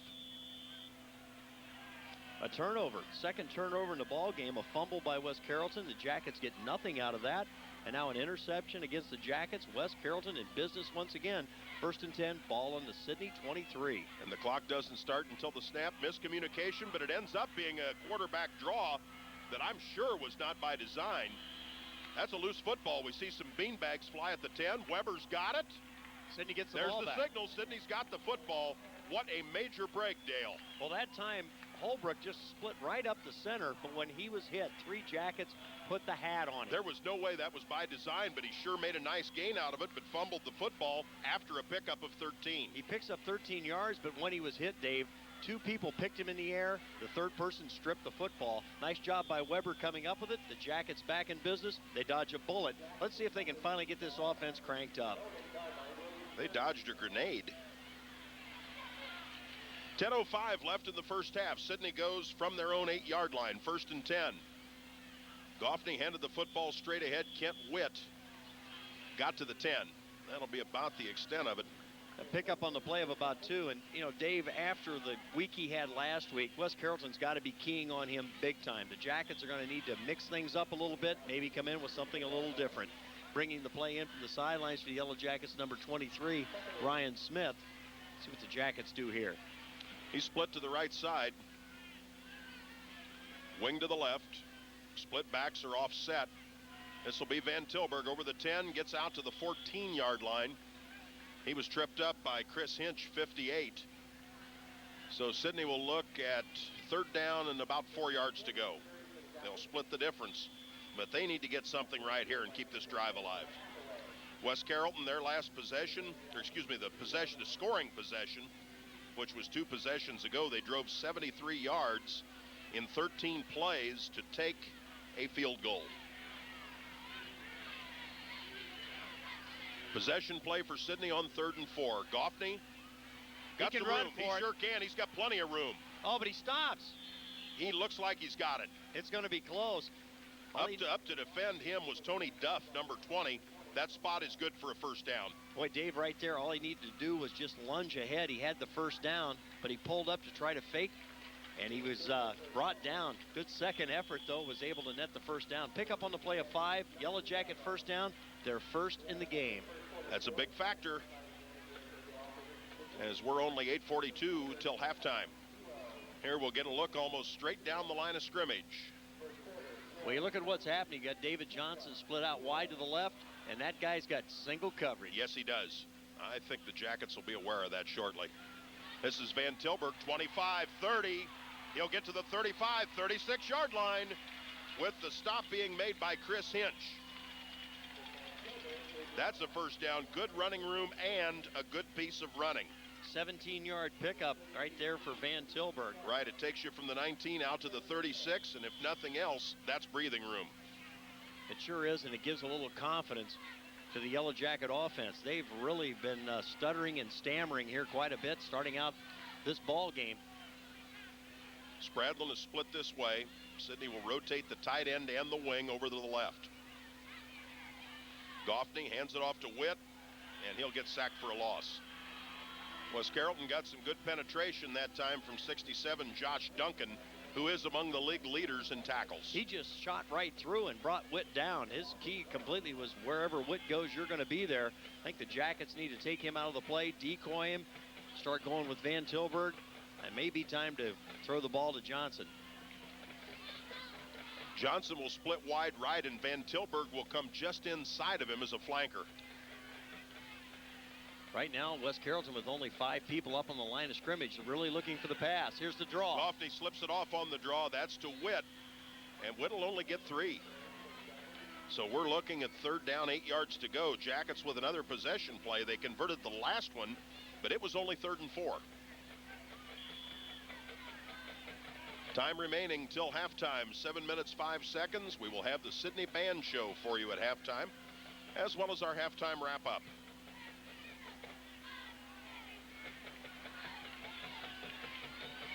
Jackets split out 2 wide to the right, 1 in the slot. Actually trips to this side. Ben Barker operating at center instead of Ryan Moran. This is Goffney, wants to throw. Got Witt underneath, but that won't be enough for the first down. And the thing is, running down the field was Smith. He was 20 yards behind the guy that was covering him. I think they've watched the fact that Sidney has not thrown the ball to Smith all year. He just runs it straight down the field, was wide open, but Sidney never tried to get the ball up the field. Completion to Witt, but it's not enough for the first down. Only a pickup on the play of about 4. Which makes it 4th and 4. Goffney punts it away. 6:42 left in the period. West Carrollton up 3-0. Good snap from center. Not much of a rush. It's a nice punt. It'll be fielded at the 28, touched, and luckily for West Carrollton, smothered by Jason Brown. That was high risk. It sure was. He was lucky to come up with that ball. Matter of fact, he may have fielded it on the short hop. That's fine when you're wearing a ball glove and the ball is round. Only a 30-yard punt. But that's not the case in football. It was high risk. 6:35 left in the quarter. Well, the Jackets, Dave, need to come up with some plays right here. West Carrollton goes from the 29, 71 yards away from the Sidney end zone.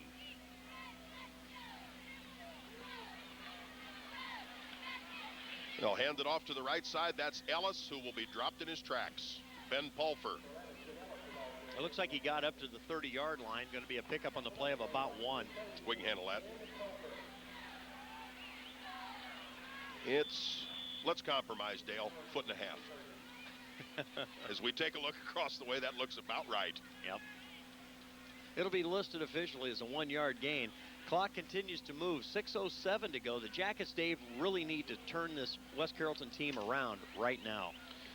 Twin receivers have come to the left side of the field, just out of your view. Holbrook will slip it off, and that play goes absolutely nowhere. Stomoff, 33, carried. And he'll be driven way back, but naturally he'll get credit for forward progress, which will be in the vicinity of the previous line of scrimmage. I think he got the extra 1.5 yards, so we still should show about 9 yards to go. 3rd and 9.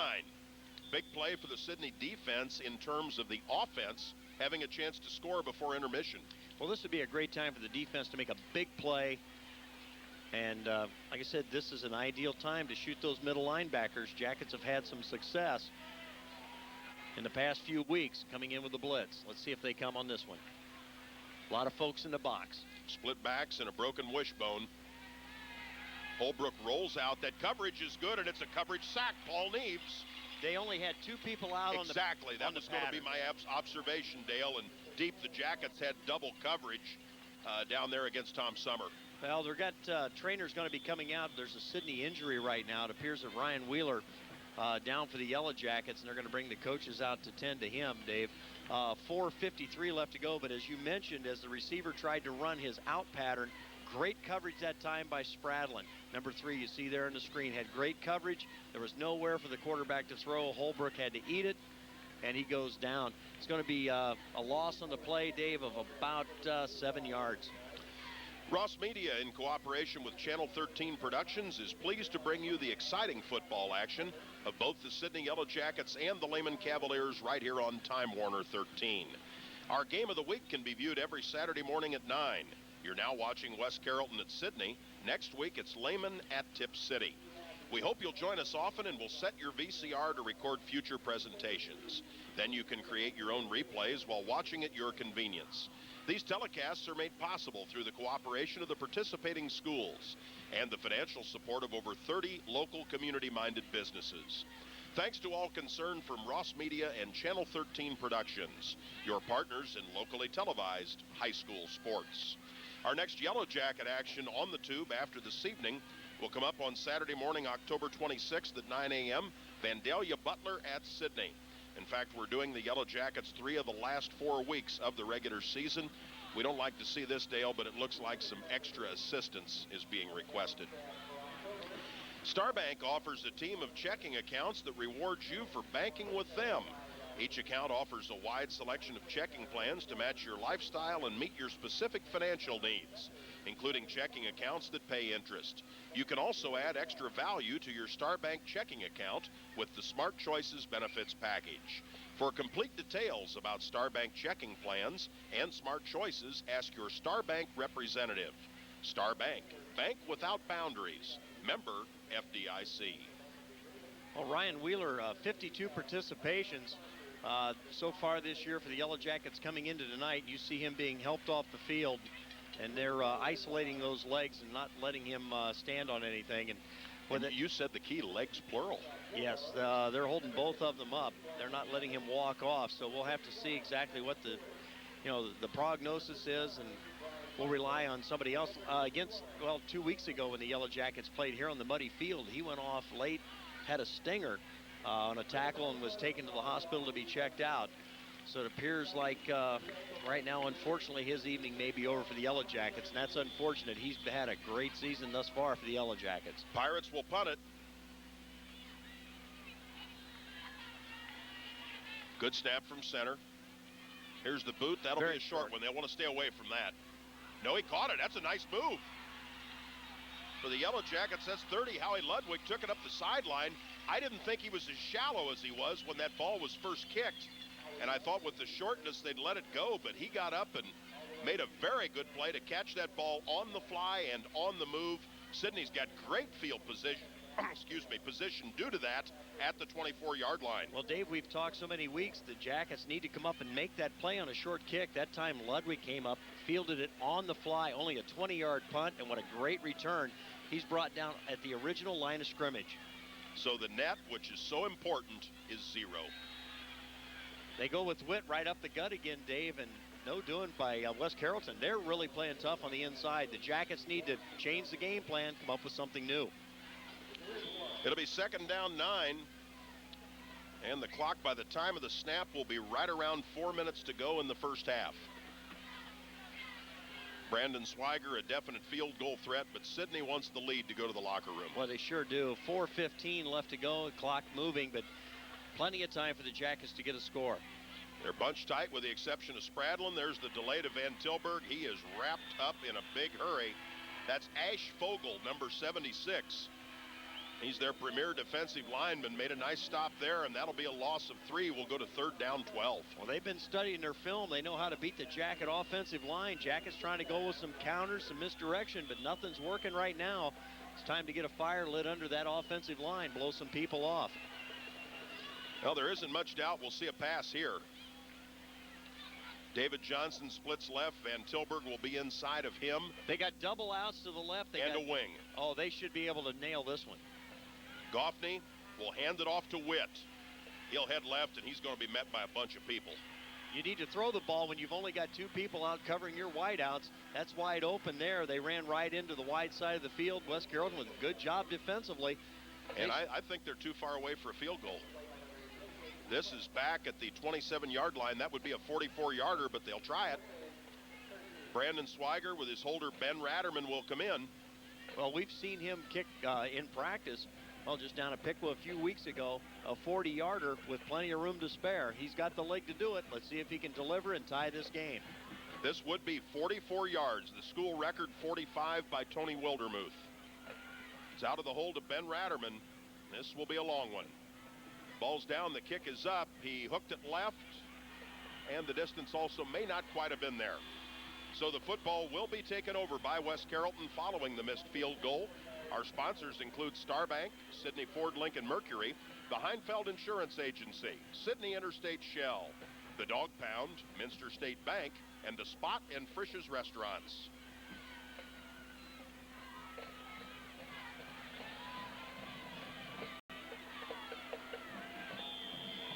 Football declared ready for play. The ball on the touchback has arrived at the 20.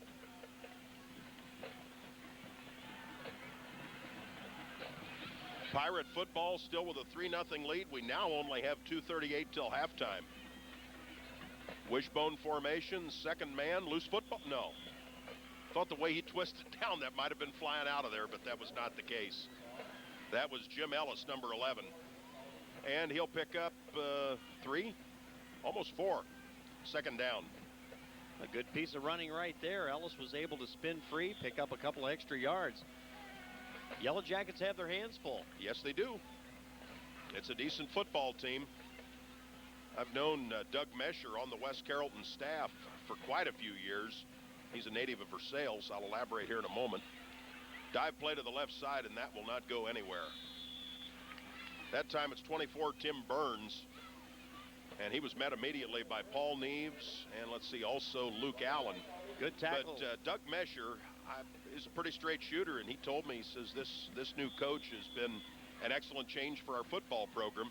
West Carrollton needs a lot of things, including the fact that less than 40 players showed up for two-a-day practices this year. They don't have a lot of folks, and maybe that'll work in the Jackets' favor as they get down into the fourth quarter. We can only hope, but right now the Jackets have their hands full, and they trail 3-0. It's 3rd down 5.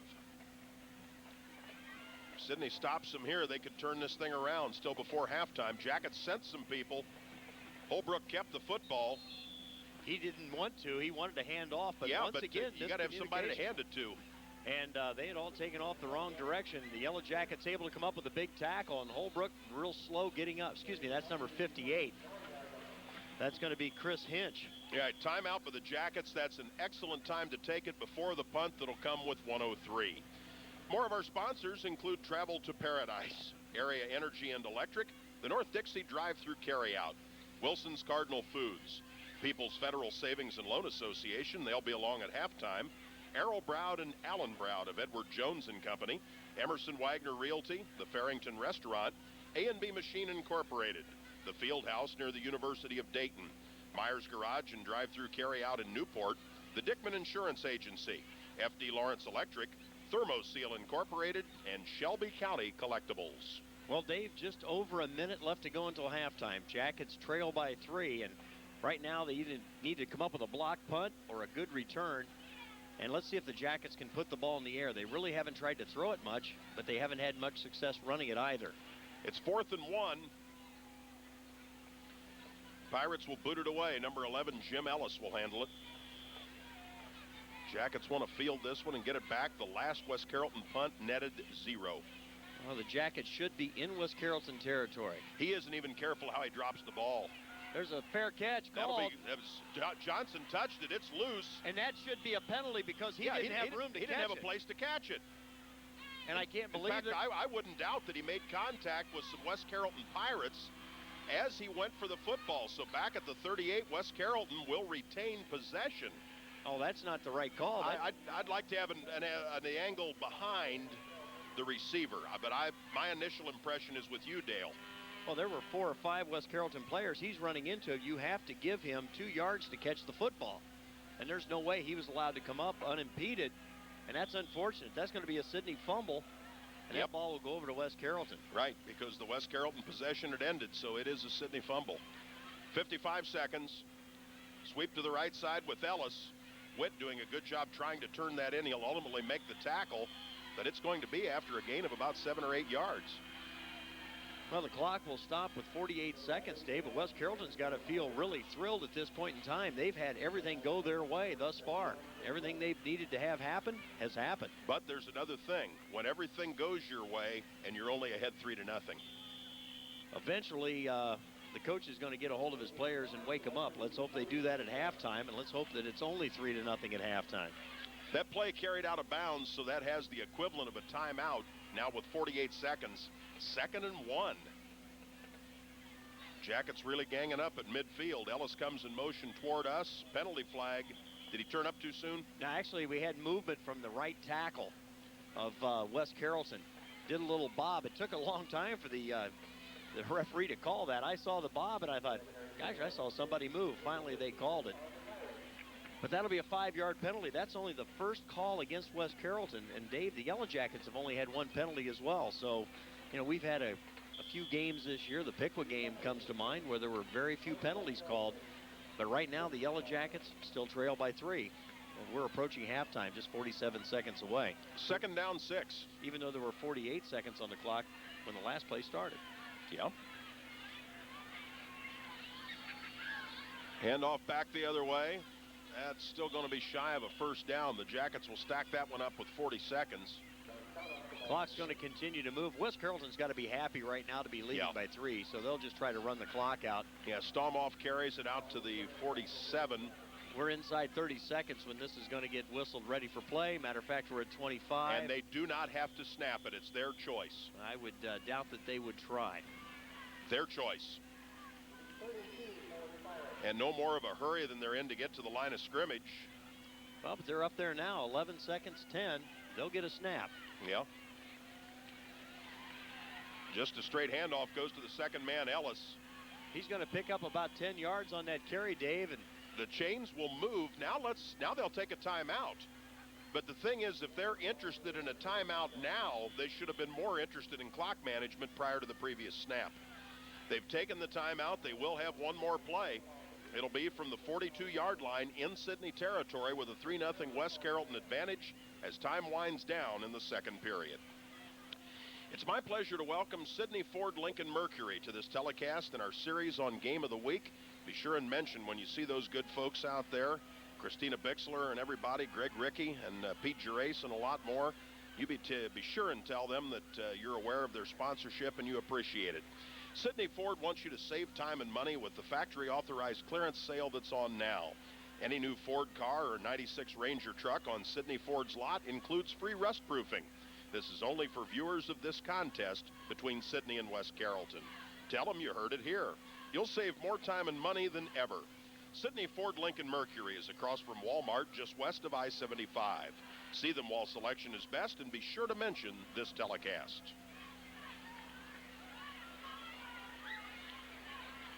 Well, West Carrollton will have one last play, Dave, before halftime. Just 2 seconds left to go. They've got 42 yards between them and pay dirt. And they've got Yellow Jackets have Howie Ludwig back all the way at the 20. Line of scrimmage, the 42, so he's 22 yards deep. Robust T takes a knee. And he kneeled on it. That is not consistent with taking time out. And keep in mind where they were on the field. Yeah, let's put it this way. Before we go to commercials, let's say it was an interesting choice. But the halftime score, West Carrollton, you've got to hand it to them for the way they played the first 24 minutes of football. They lead Sidney 3-0. Since 1907, homemade fresh food has been served and enjoyed at the Spot Restaurant on Courthouse Square in downtown Sidney. The current feature at the Spot, it's one of their standards, the famous Big Buy for only $1.45. The Spot offers dine-in, carry-out, and curb service in addition to catering for any size group. And that includes catering at the Oaks Club at Shelby Oaks Golf Course. That's the Spot Restaurant, like high school football, a great Sidney tradition. And don't forget their weekday evening Blue Plate specials starting at 4:30 p.m. 4:30 until they're out. That's at the Spot Restaurant. They're like the kicker who makes the game-winning field goal. They're Motorist Insurance Company's pace setter agents like Jeff Sargent at the Heinfeld Insurance Agency. And they're in a league all their own. Heinfeld Insurance Agency, pace setters. They're an elite group of motorist agents who set the standard for other insurance professionals in the industry. Heinfeld Insurance in Sidney is a pace setter agency. Motorist insurance companies, you know their slogan. They say, you know us. And now you know a motorist pace setter agent, Jeff Sargent of the Heinfeld Insurance Agency on the south side of downtown Sidney. The Minster State Bank is your locally owned and operated full-service financial institution, providing up-to-date financial services delivered directly to you by folks that you know and trust. Whether you're looking for competitive rates on your deposits, a custom-tailored loan, or most any financial service, why sacrifice convenience, safety, or personal attention? Get it all the way you like it at any of their offices in Sidney, Minster, New Bremen, Wapakoneta, or St. Mary's. That's the Minster State Bank, member FDIC, an equal opportunity lender, where the candy of choice is Smarties. Dale? Well, David, this is, without a doubt, I believe, the worst set of stats I may have ever delivered. The Yellow Jackets, 38 yards total offense first half. 4 yards on a pass, 34 yards on the ground. That's not even a good series. Jackets really struggling offensively. West Carrollton, on the other hand, not a great first half, but compared to 38 yards, they're having a stellar performance. 97 yards rushing, 19 yards through the air, a total of 116 yards. 23 yards on the ground for quarterback Darren Holbrook, most of those coming on busted plays. He's been able to sneak through and make things happen. Jim Ellis with 32 yards, 35 yards for Stomoff. Burns has picked up a total of 7. Yellow Jackets, Kent Witt, who had 260-plus yards last week, has actually revised officially down around 210. 210? Well, right now we've got him at 9 for the first half. 20 yards for Chris Van Tilburg, who was over 150 yards last week with several touchdowns, but no touchdowns tonight. Only 20 yards rushing. Goffney with 1 carry for 5. That's 34. Derek Goffney only 1 of 4 passing with 1 interception. The 1 completion went to Kent Witt for 4 yards.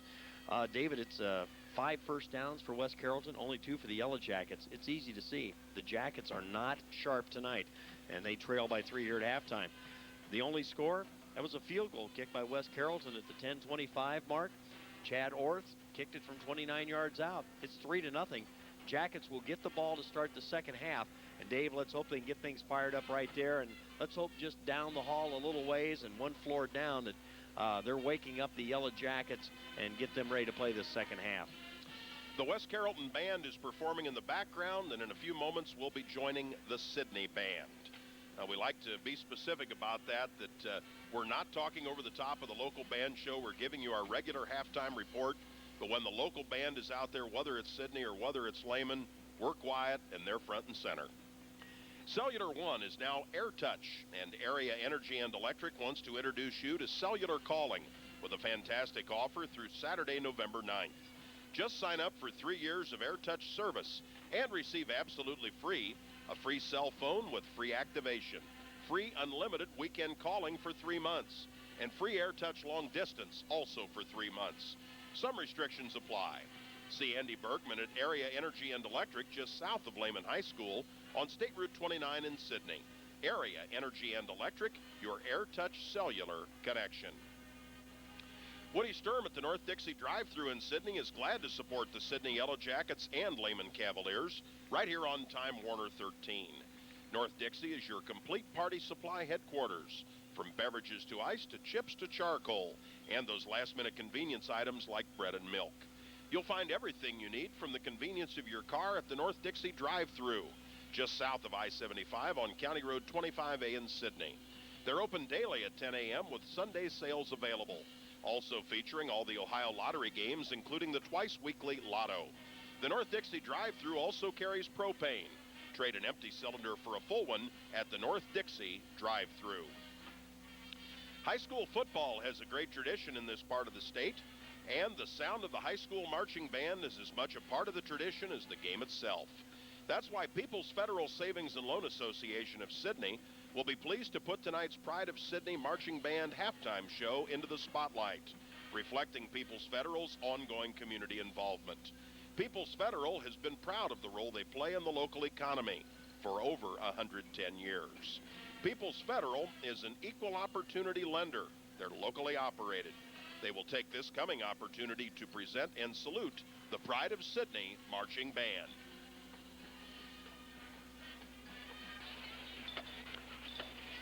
The Pride of Sidney Marching Band is under the direction of Carol Cutler. At halftime, the Yellow Jackets trail West Carrollton 3-0. The following is a community services presentation of People's Federal Savings and Loan Association. Let's pick up the band and the public address announcements.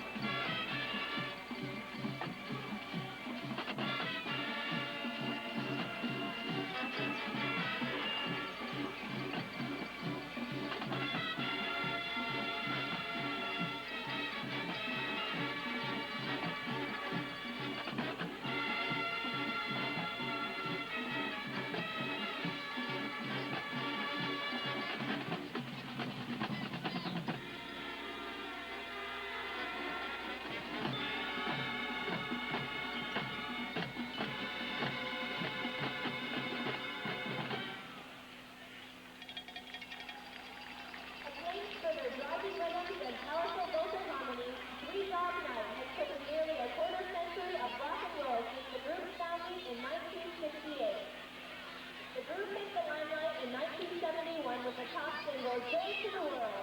Since then, they have accumulated 14 gold albums, 9 gold singles, and have sold over 40 million records. Three Dog Night is one of the few rock bands that never recorded material from other artists. They prefer to always perform their own songs. Our next selection is one of the group's biggest hits, the song Black and White.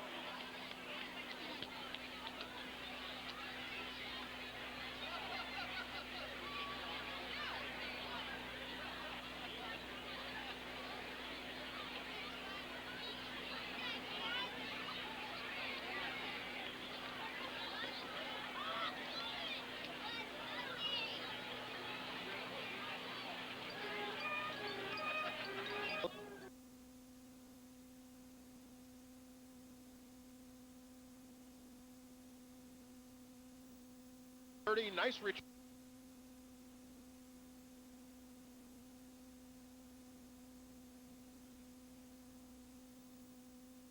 Really has crippled the Yellow Jackets. Fortunately, they only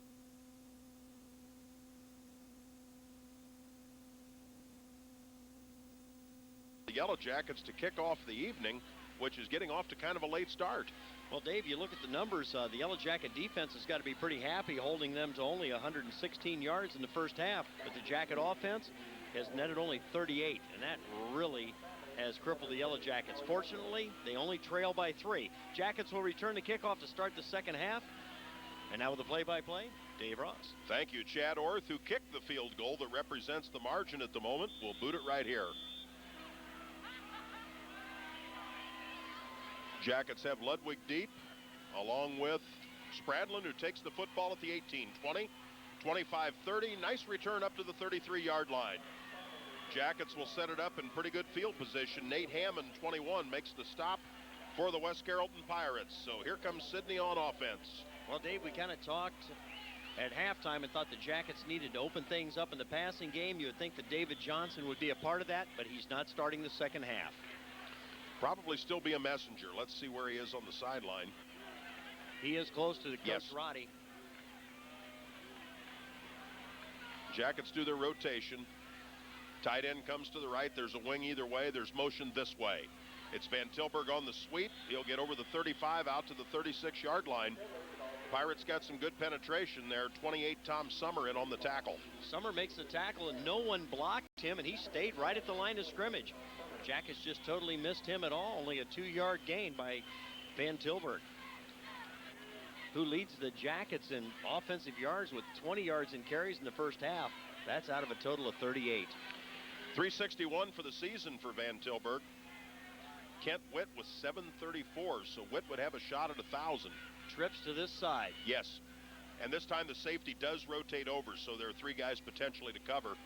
Goffney slipped it off on the draw. It's wide open to Kent Witt, midfield, opposite 45-yard line.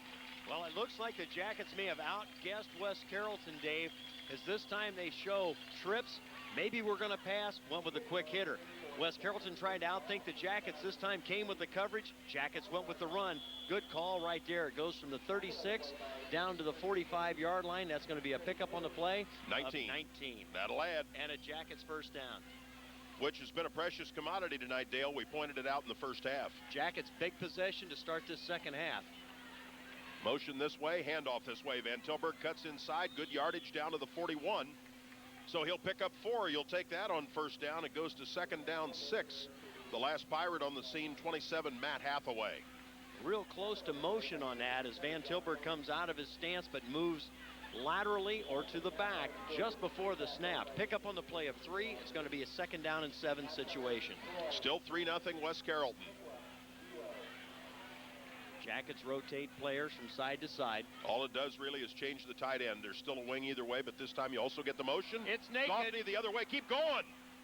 Goffney throws it back. It's incomplete, intended for Josh Swiger. He had some open field over in front of the West Carrollton bench. You really got to tuck that one down and go. He had one defender in front of him and a blocker. He would have at least picked up the first down yardage. And Dave, that's one where you've got to make that defense play solid. A naked bootleg to the right, to the left side, excuse me. Goffney wide open, but tried to throw the ball and It comes incomplete. Goffney right now 1 of 5 throwing. Jackets have made some good offensive calls in this series, and that's one, if it's there, you need to go. You need to tuck that ball in and go with it, and Goffney, an excellent runner. Yeah. You really want him to run in that situation. It's going to bring up a 3rd down and long. It's a big play. Goffney fakes, rolls out, got a blocker, stops, throws back on the screen, got Van Tilburg. Got a block, got a pancake. Down to the 30. Let's give credit. Boy, I hope you got this tape. Brett Bickle did a lovely job. Not only does he pancake number 28 right in front of him, he goes on and takes out 2 more players. That was a great job of playing right there by Brett Bickle. Opened that up. It's going to be a Yellow Jacket first down. Ball's going to be spotted down inside the 30, make it the 27-yard line. Jackets without Ryan Wheeler. He had, I believe, an air cast on his leg as he was removed to the hospital. Jackets with trips, including a wing. Goffney slips it off. That's Witt inside the 25 down to the 24-yard line. Bottom of the stack for the West Carrollton Pirates. 77, Jason Staley, 6'2", 2 1/4, and a senior. So that'll be worth, we'll call it 3. Make it 4. 2nd and 6. From the right hash mark, Swiger, the tight end, flips over to the left, see if Sidney follows with motion. They do. This time it's Van Tilburg. Headed to the left, got a nice seam. Tell you what, that time we had the camera in the right place to follow that hole. And when you only have the one camera, that John had it in the right place. Works really well. That time it's going to be a pickup on the play of about 5 yards. It's going to be 3rd down and less than 1 yard to go for the first down. 2 downs to work with. A real nice job of following behind his blockers. And the Jackets right now trying to play a little power football. Good looking play, and we had a very good view of it. That time, Sidney with the shift they've been doing, but this time the motion came from the other side. Here comes the shift again. And that's also where the handoff went. So they're, even with the ground game, there's some mixing up, including Goffney rolling out, got a ton of room. 15, down to the 10. He'll get to the 8-yard line where Sidney enjoys 1st and goal. Still on the ground, but good diversity. Well, he learned his lesson that time, Dave. He knew when he rolled out that there was nobody home, and that's something that is wide open. Look for the Jackets to exploit West Carrollton. They're not trying to guard the quarterback. They went from the 18 down to the 9, pick up a 9, and another Yellow Jacket first down. 1st and goal, Sidney, from the right hash mark. Again, the flip-flop. Goffney the snap. Hands it off. Van Tilburg to the corner. Did he get in? No. Just inside the 2. 2nd and goal from a very advantageous position.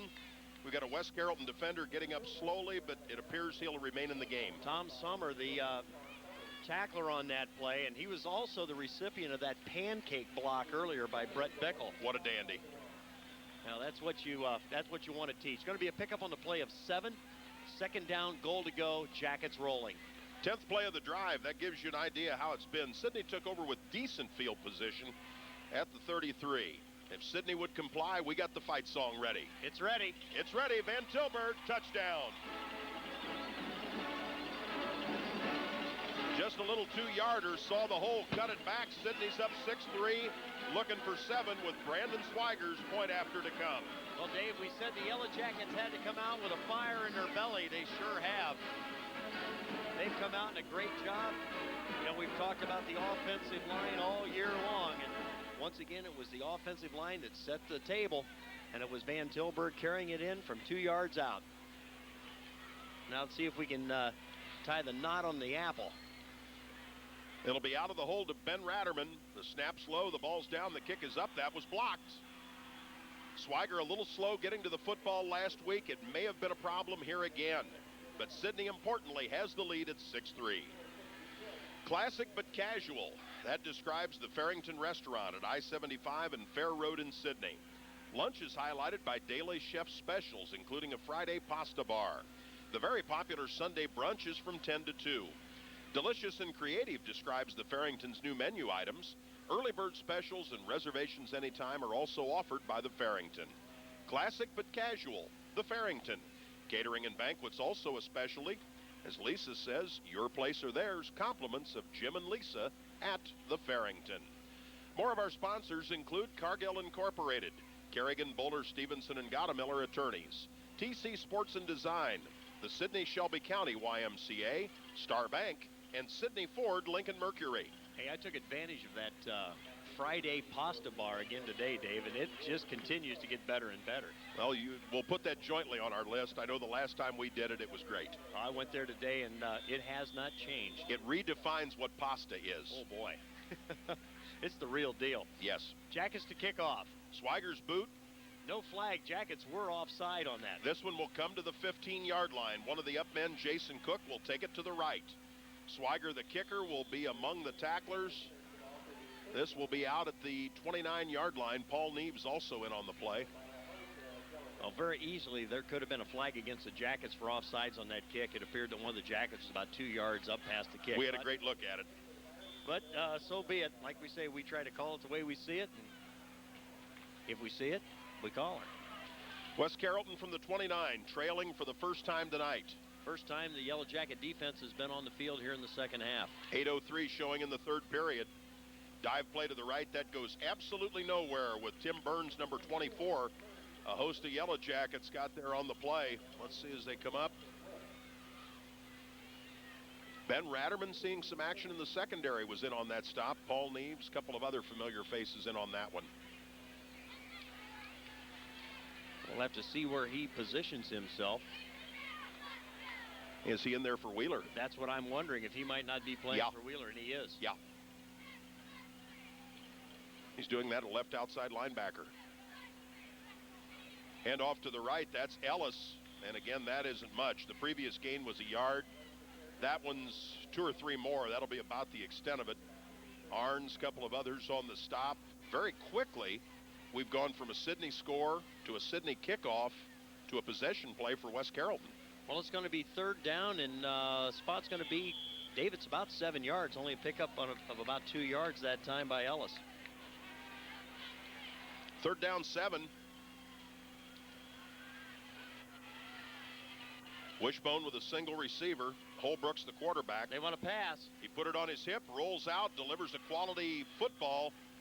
That's caught and looks good for the first down. It was. That was an excellent pass, Dave. He bootlegged that on his hip, pulled up through the ball before his receiver ever came out of his break. The ball was in the air. He turned, made the catch. Good coverage by the Yellow Jackets, but that's just a play that's very, very difficult to cover.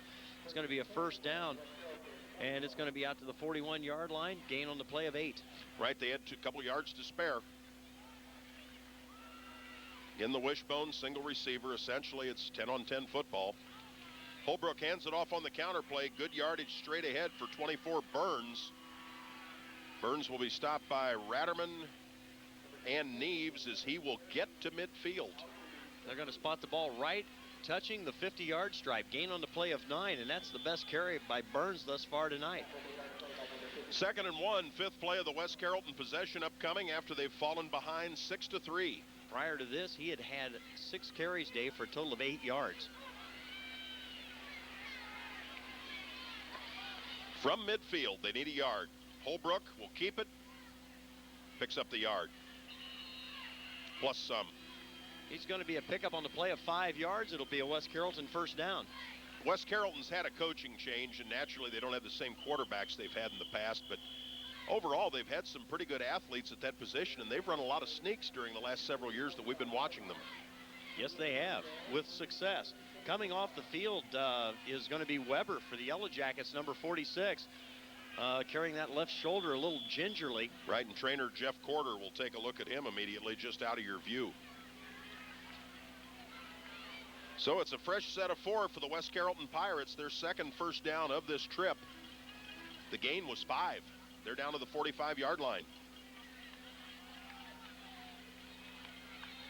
Play comes this way, cradling the football with both arms. Let's see, is that Stomoff again, 33? Yes, I believe it was. Thought I caught a 3 on there. If I catch 2 of them, we got the right guy, That's and it is. Tackle on the play by Luke Allen. Yep. But not until he picks up 5. Got 5 more, 2nd and 5. Well, that's what you have to do. If you drop behind the ball game, you got to answer the bell. West Carrollton only trails by 3, and right now they're eating up some clock, eating up some yards as they move the ball down the field as they just across the Sidney 40-yard line. They've held the ball for over 3 minutes on this possession, and it's just their 7th play. Jacket defense really needs to step up. This could be a big play. Wing formation. Ellis on the sweep, cuts it back. Sidney trying to strip the ball. Ellis will be very close to a first down, but will be short. Looks like he'll be about a half a yard shy, so a good pickup on the play of 4 yards that time by Ellis. The Jackets just not able to get the type of penetration they've been accustomed to over the last few weeks, Dave. This offensive line by West Carrollton not allowing the Jackets to dominate the line of scrimmage. Third down. And very short.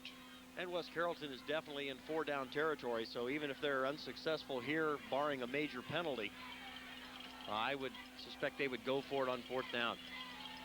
Wishbone formation. Holbrook, the quarterback, hands it off to his second man for first down yardage. Pick up on the play about 5.5. Stomoff got it. And so the drive stays alive and will go to a 9th play. And the third first down in this possession. They continue to eat up clock. Yellow Jackets, Dave, defense really giving up some yardage, and you wonder just how much they're missing Ryan Wheeler. He's certainly one of the pillars on a very veteran defensive unit. Well, the 3 leading tacklers on the Yellow Jacket team are 3 linebackers. That, of course, is Luke Allen, Paul Neves, and Ryan Wheeler. They're the only 3 who show up in the conference stats. Penalty flag, that'll be delay of game. It comes from the back judge. He's the one who keeps the clock on the individual plays. Only the second penalty against West Carrollton, Dave. Both of them the 5-yard variety, but this one comes at a very inopportune time for the Pirates. They're on the drive, and now all of a sudden it's going to be first down and 15. A good time for the Jackets to lay the ears back and really come in with a big stand. We'll have to see what happens right now. Jacket defense, it'll be first and 15 for West Carrollton on the Yellow Jacket 35. Talk about those linebackers making the tackles. That indicates the people up front are keeping people tied up. They want to pass. Holbrook rolling out. Is that in bounds? Looks like it is. The receiver did a very good job, Stomoff, in dragging his feet. I think he got them both down, even though in high school you only need 1. However, the gain will only be for 8, so it'll be second down, or make it 8. Second down 7. Well, they've been so successful, Dave. Right now, West Carrollton is 4 for 4 in the passing department. They may not throw much, but they have certainly been successful. Second down for the Pirates. 10th play of their possession right here. They keep it on the ground. This will be the second man. That'll be Stomoff. He'll get to the 25.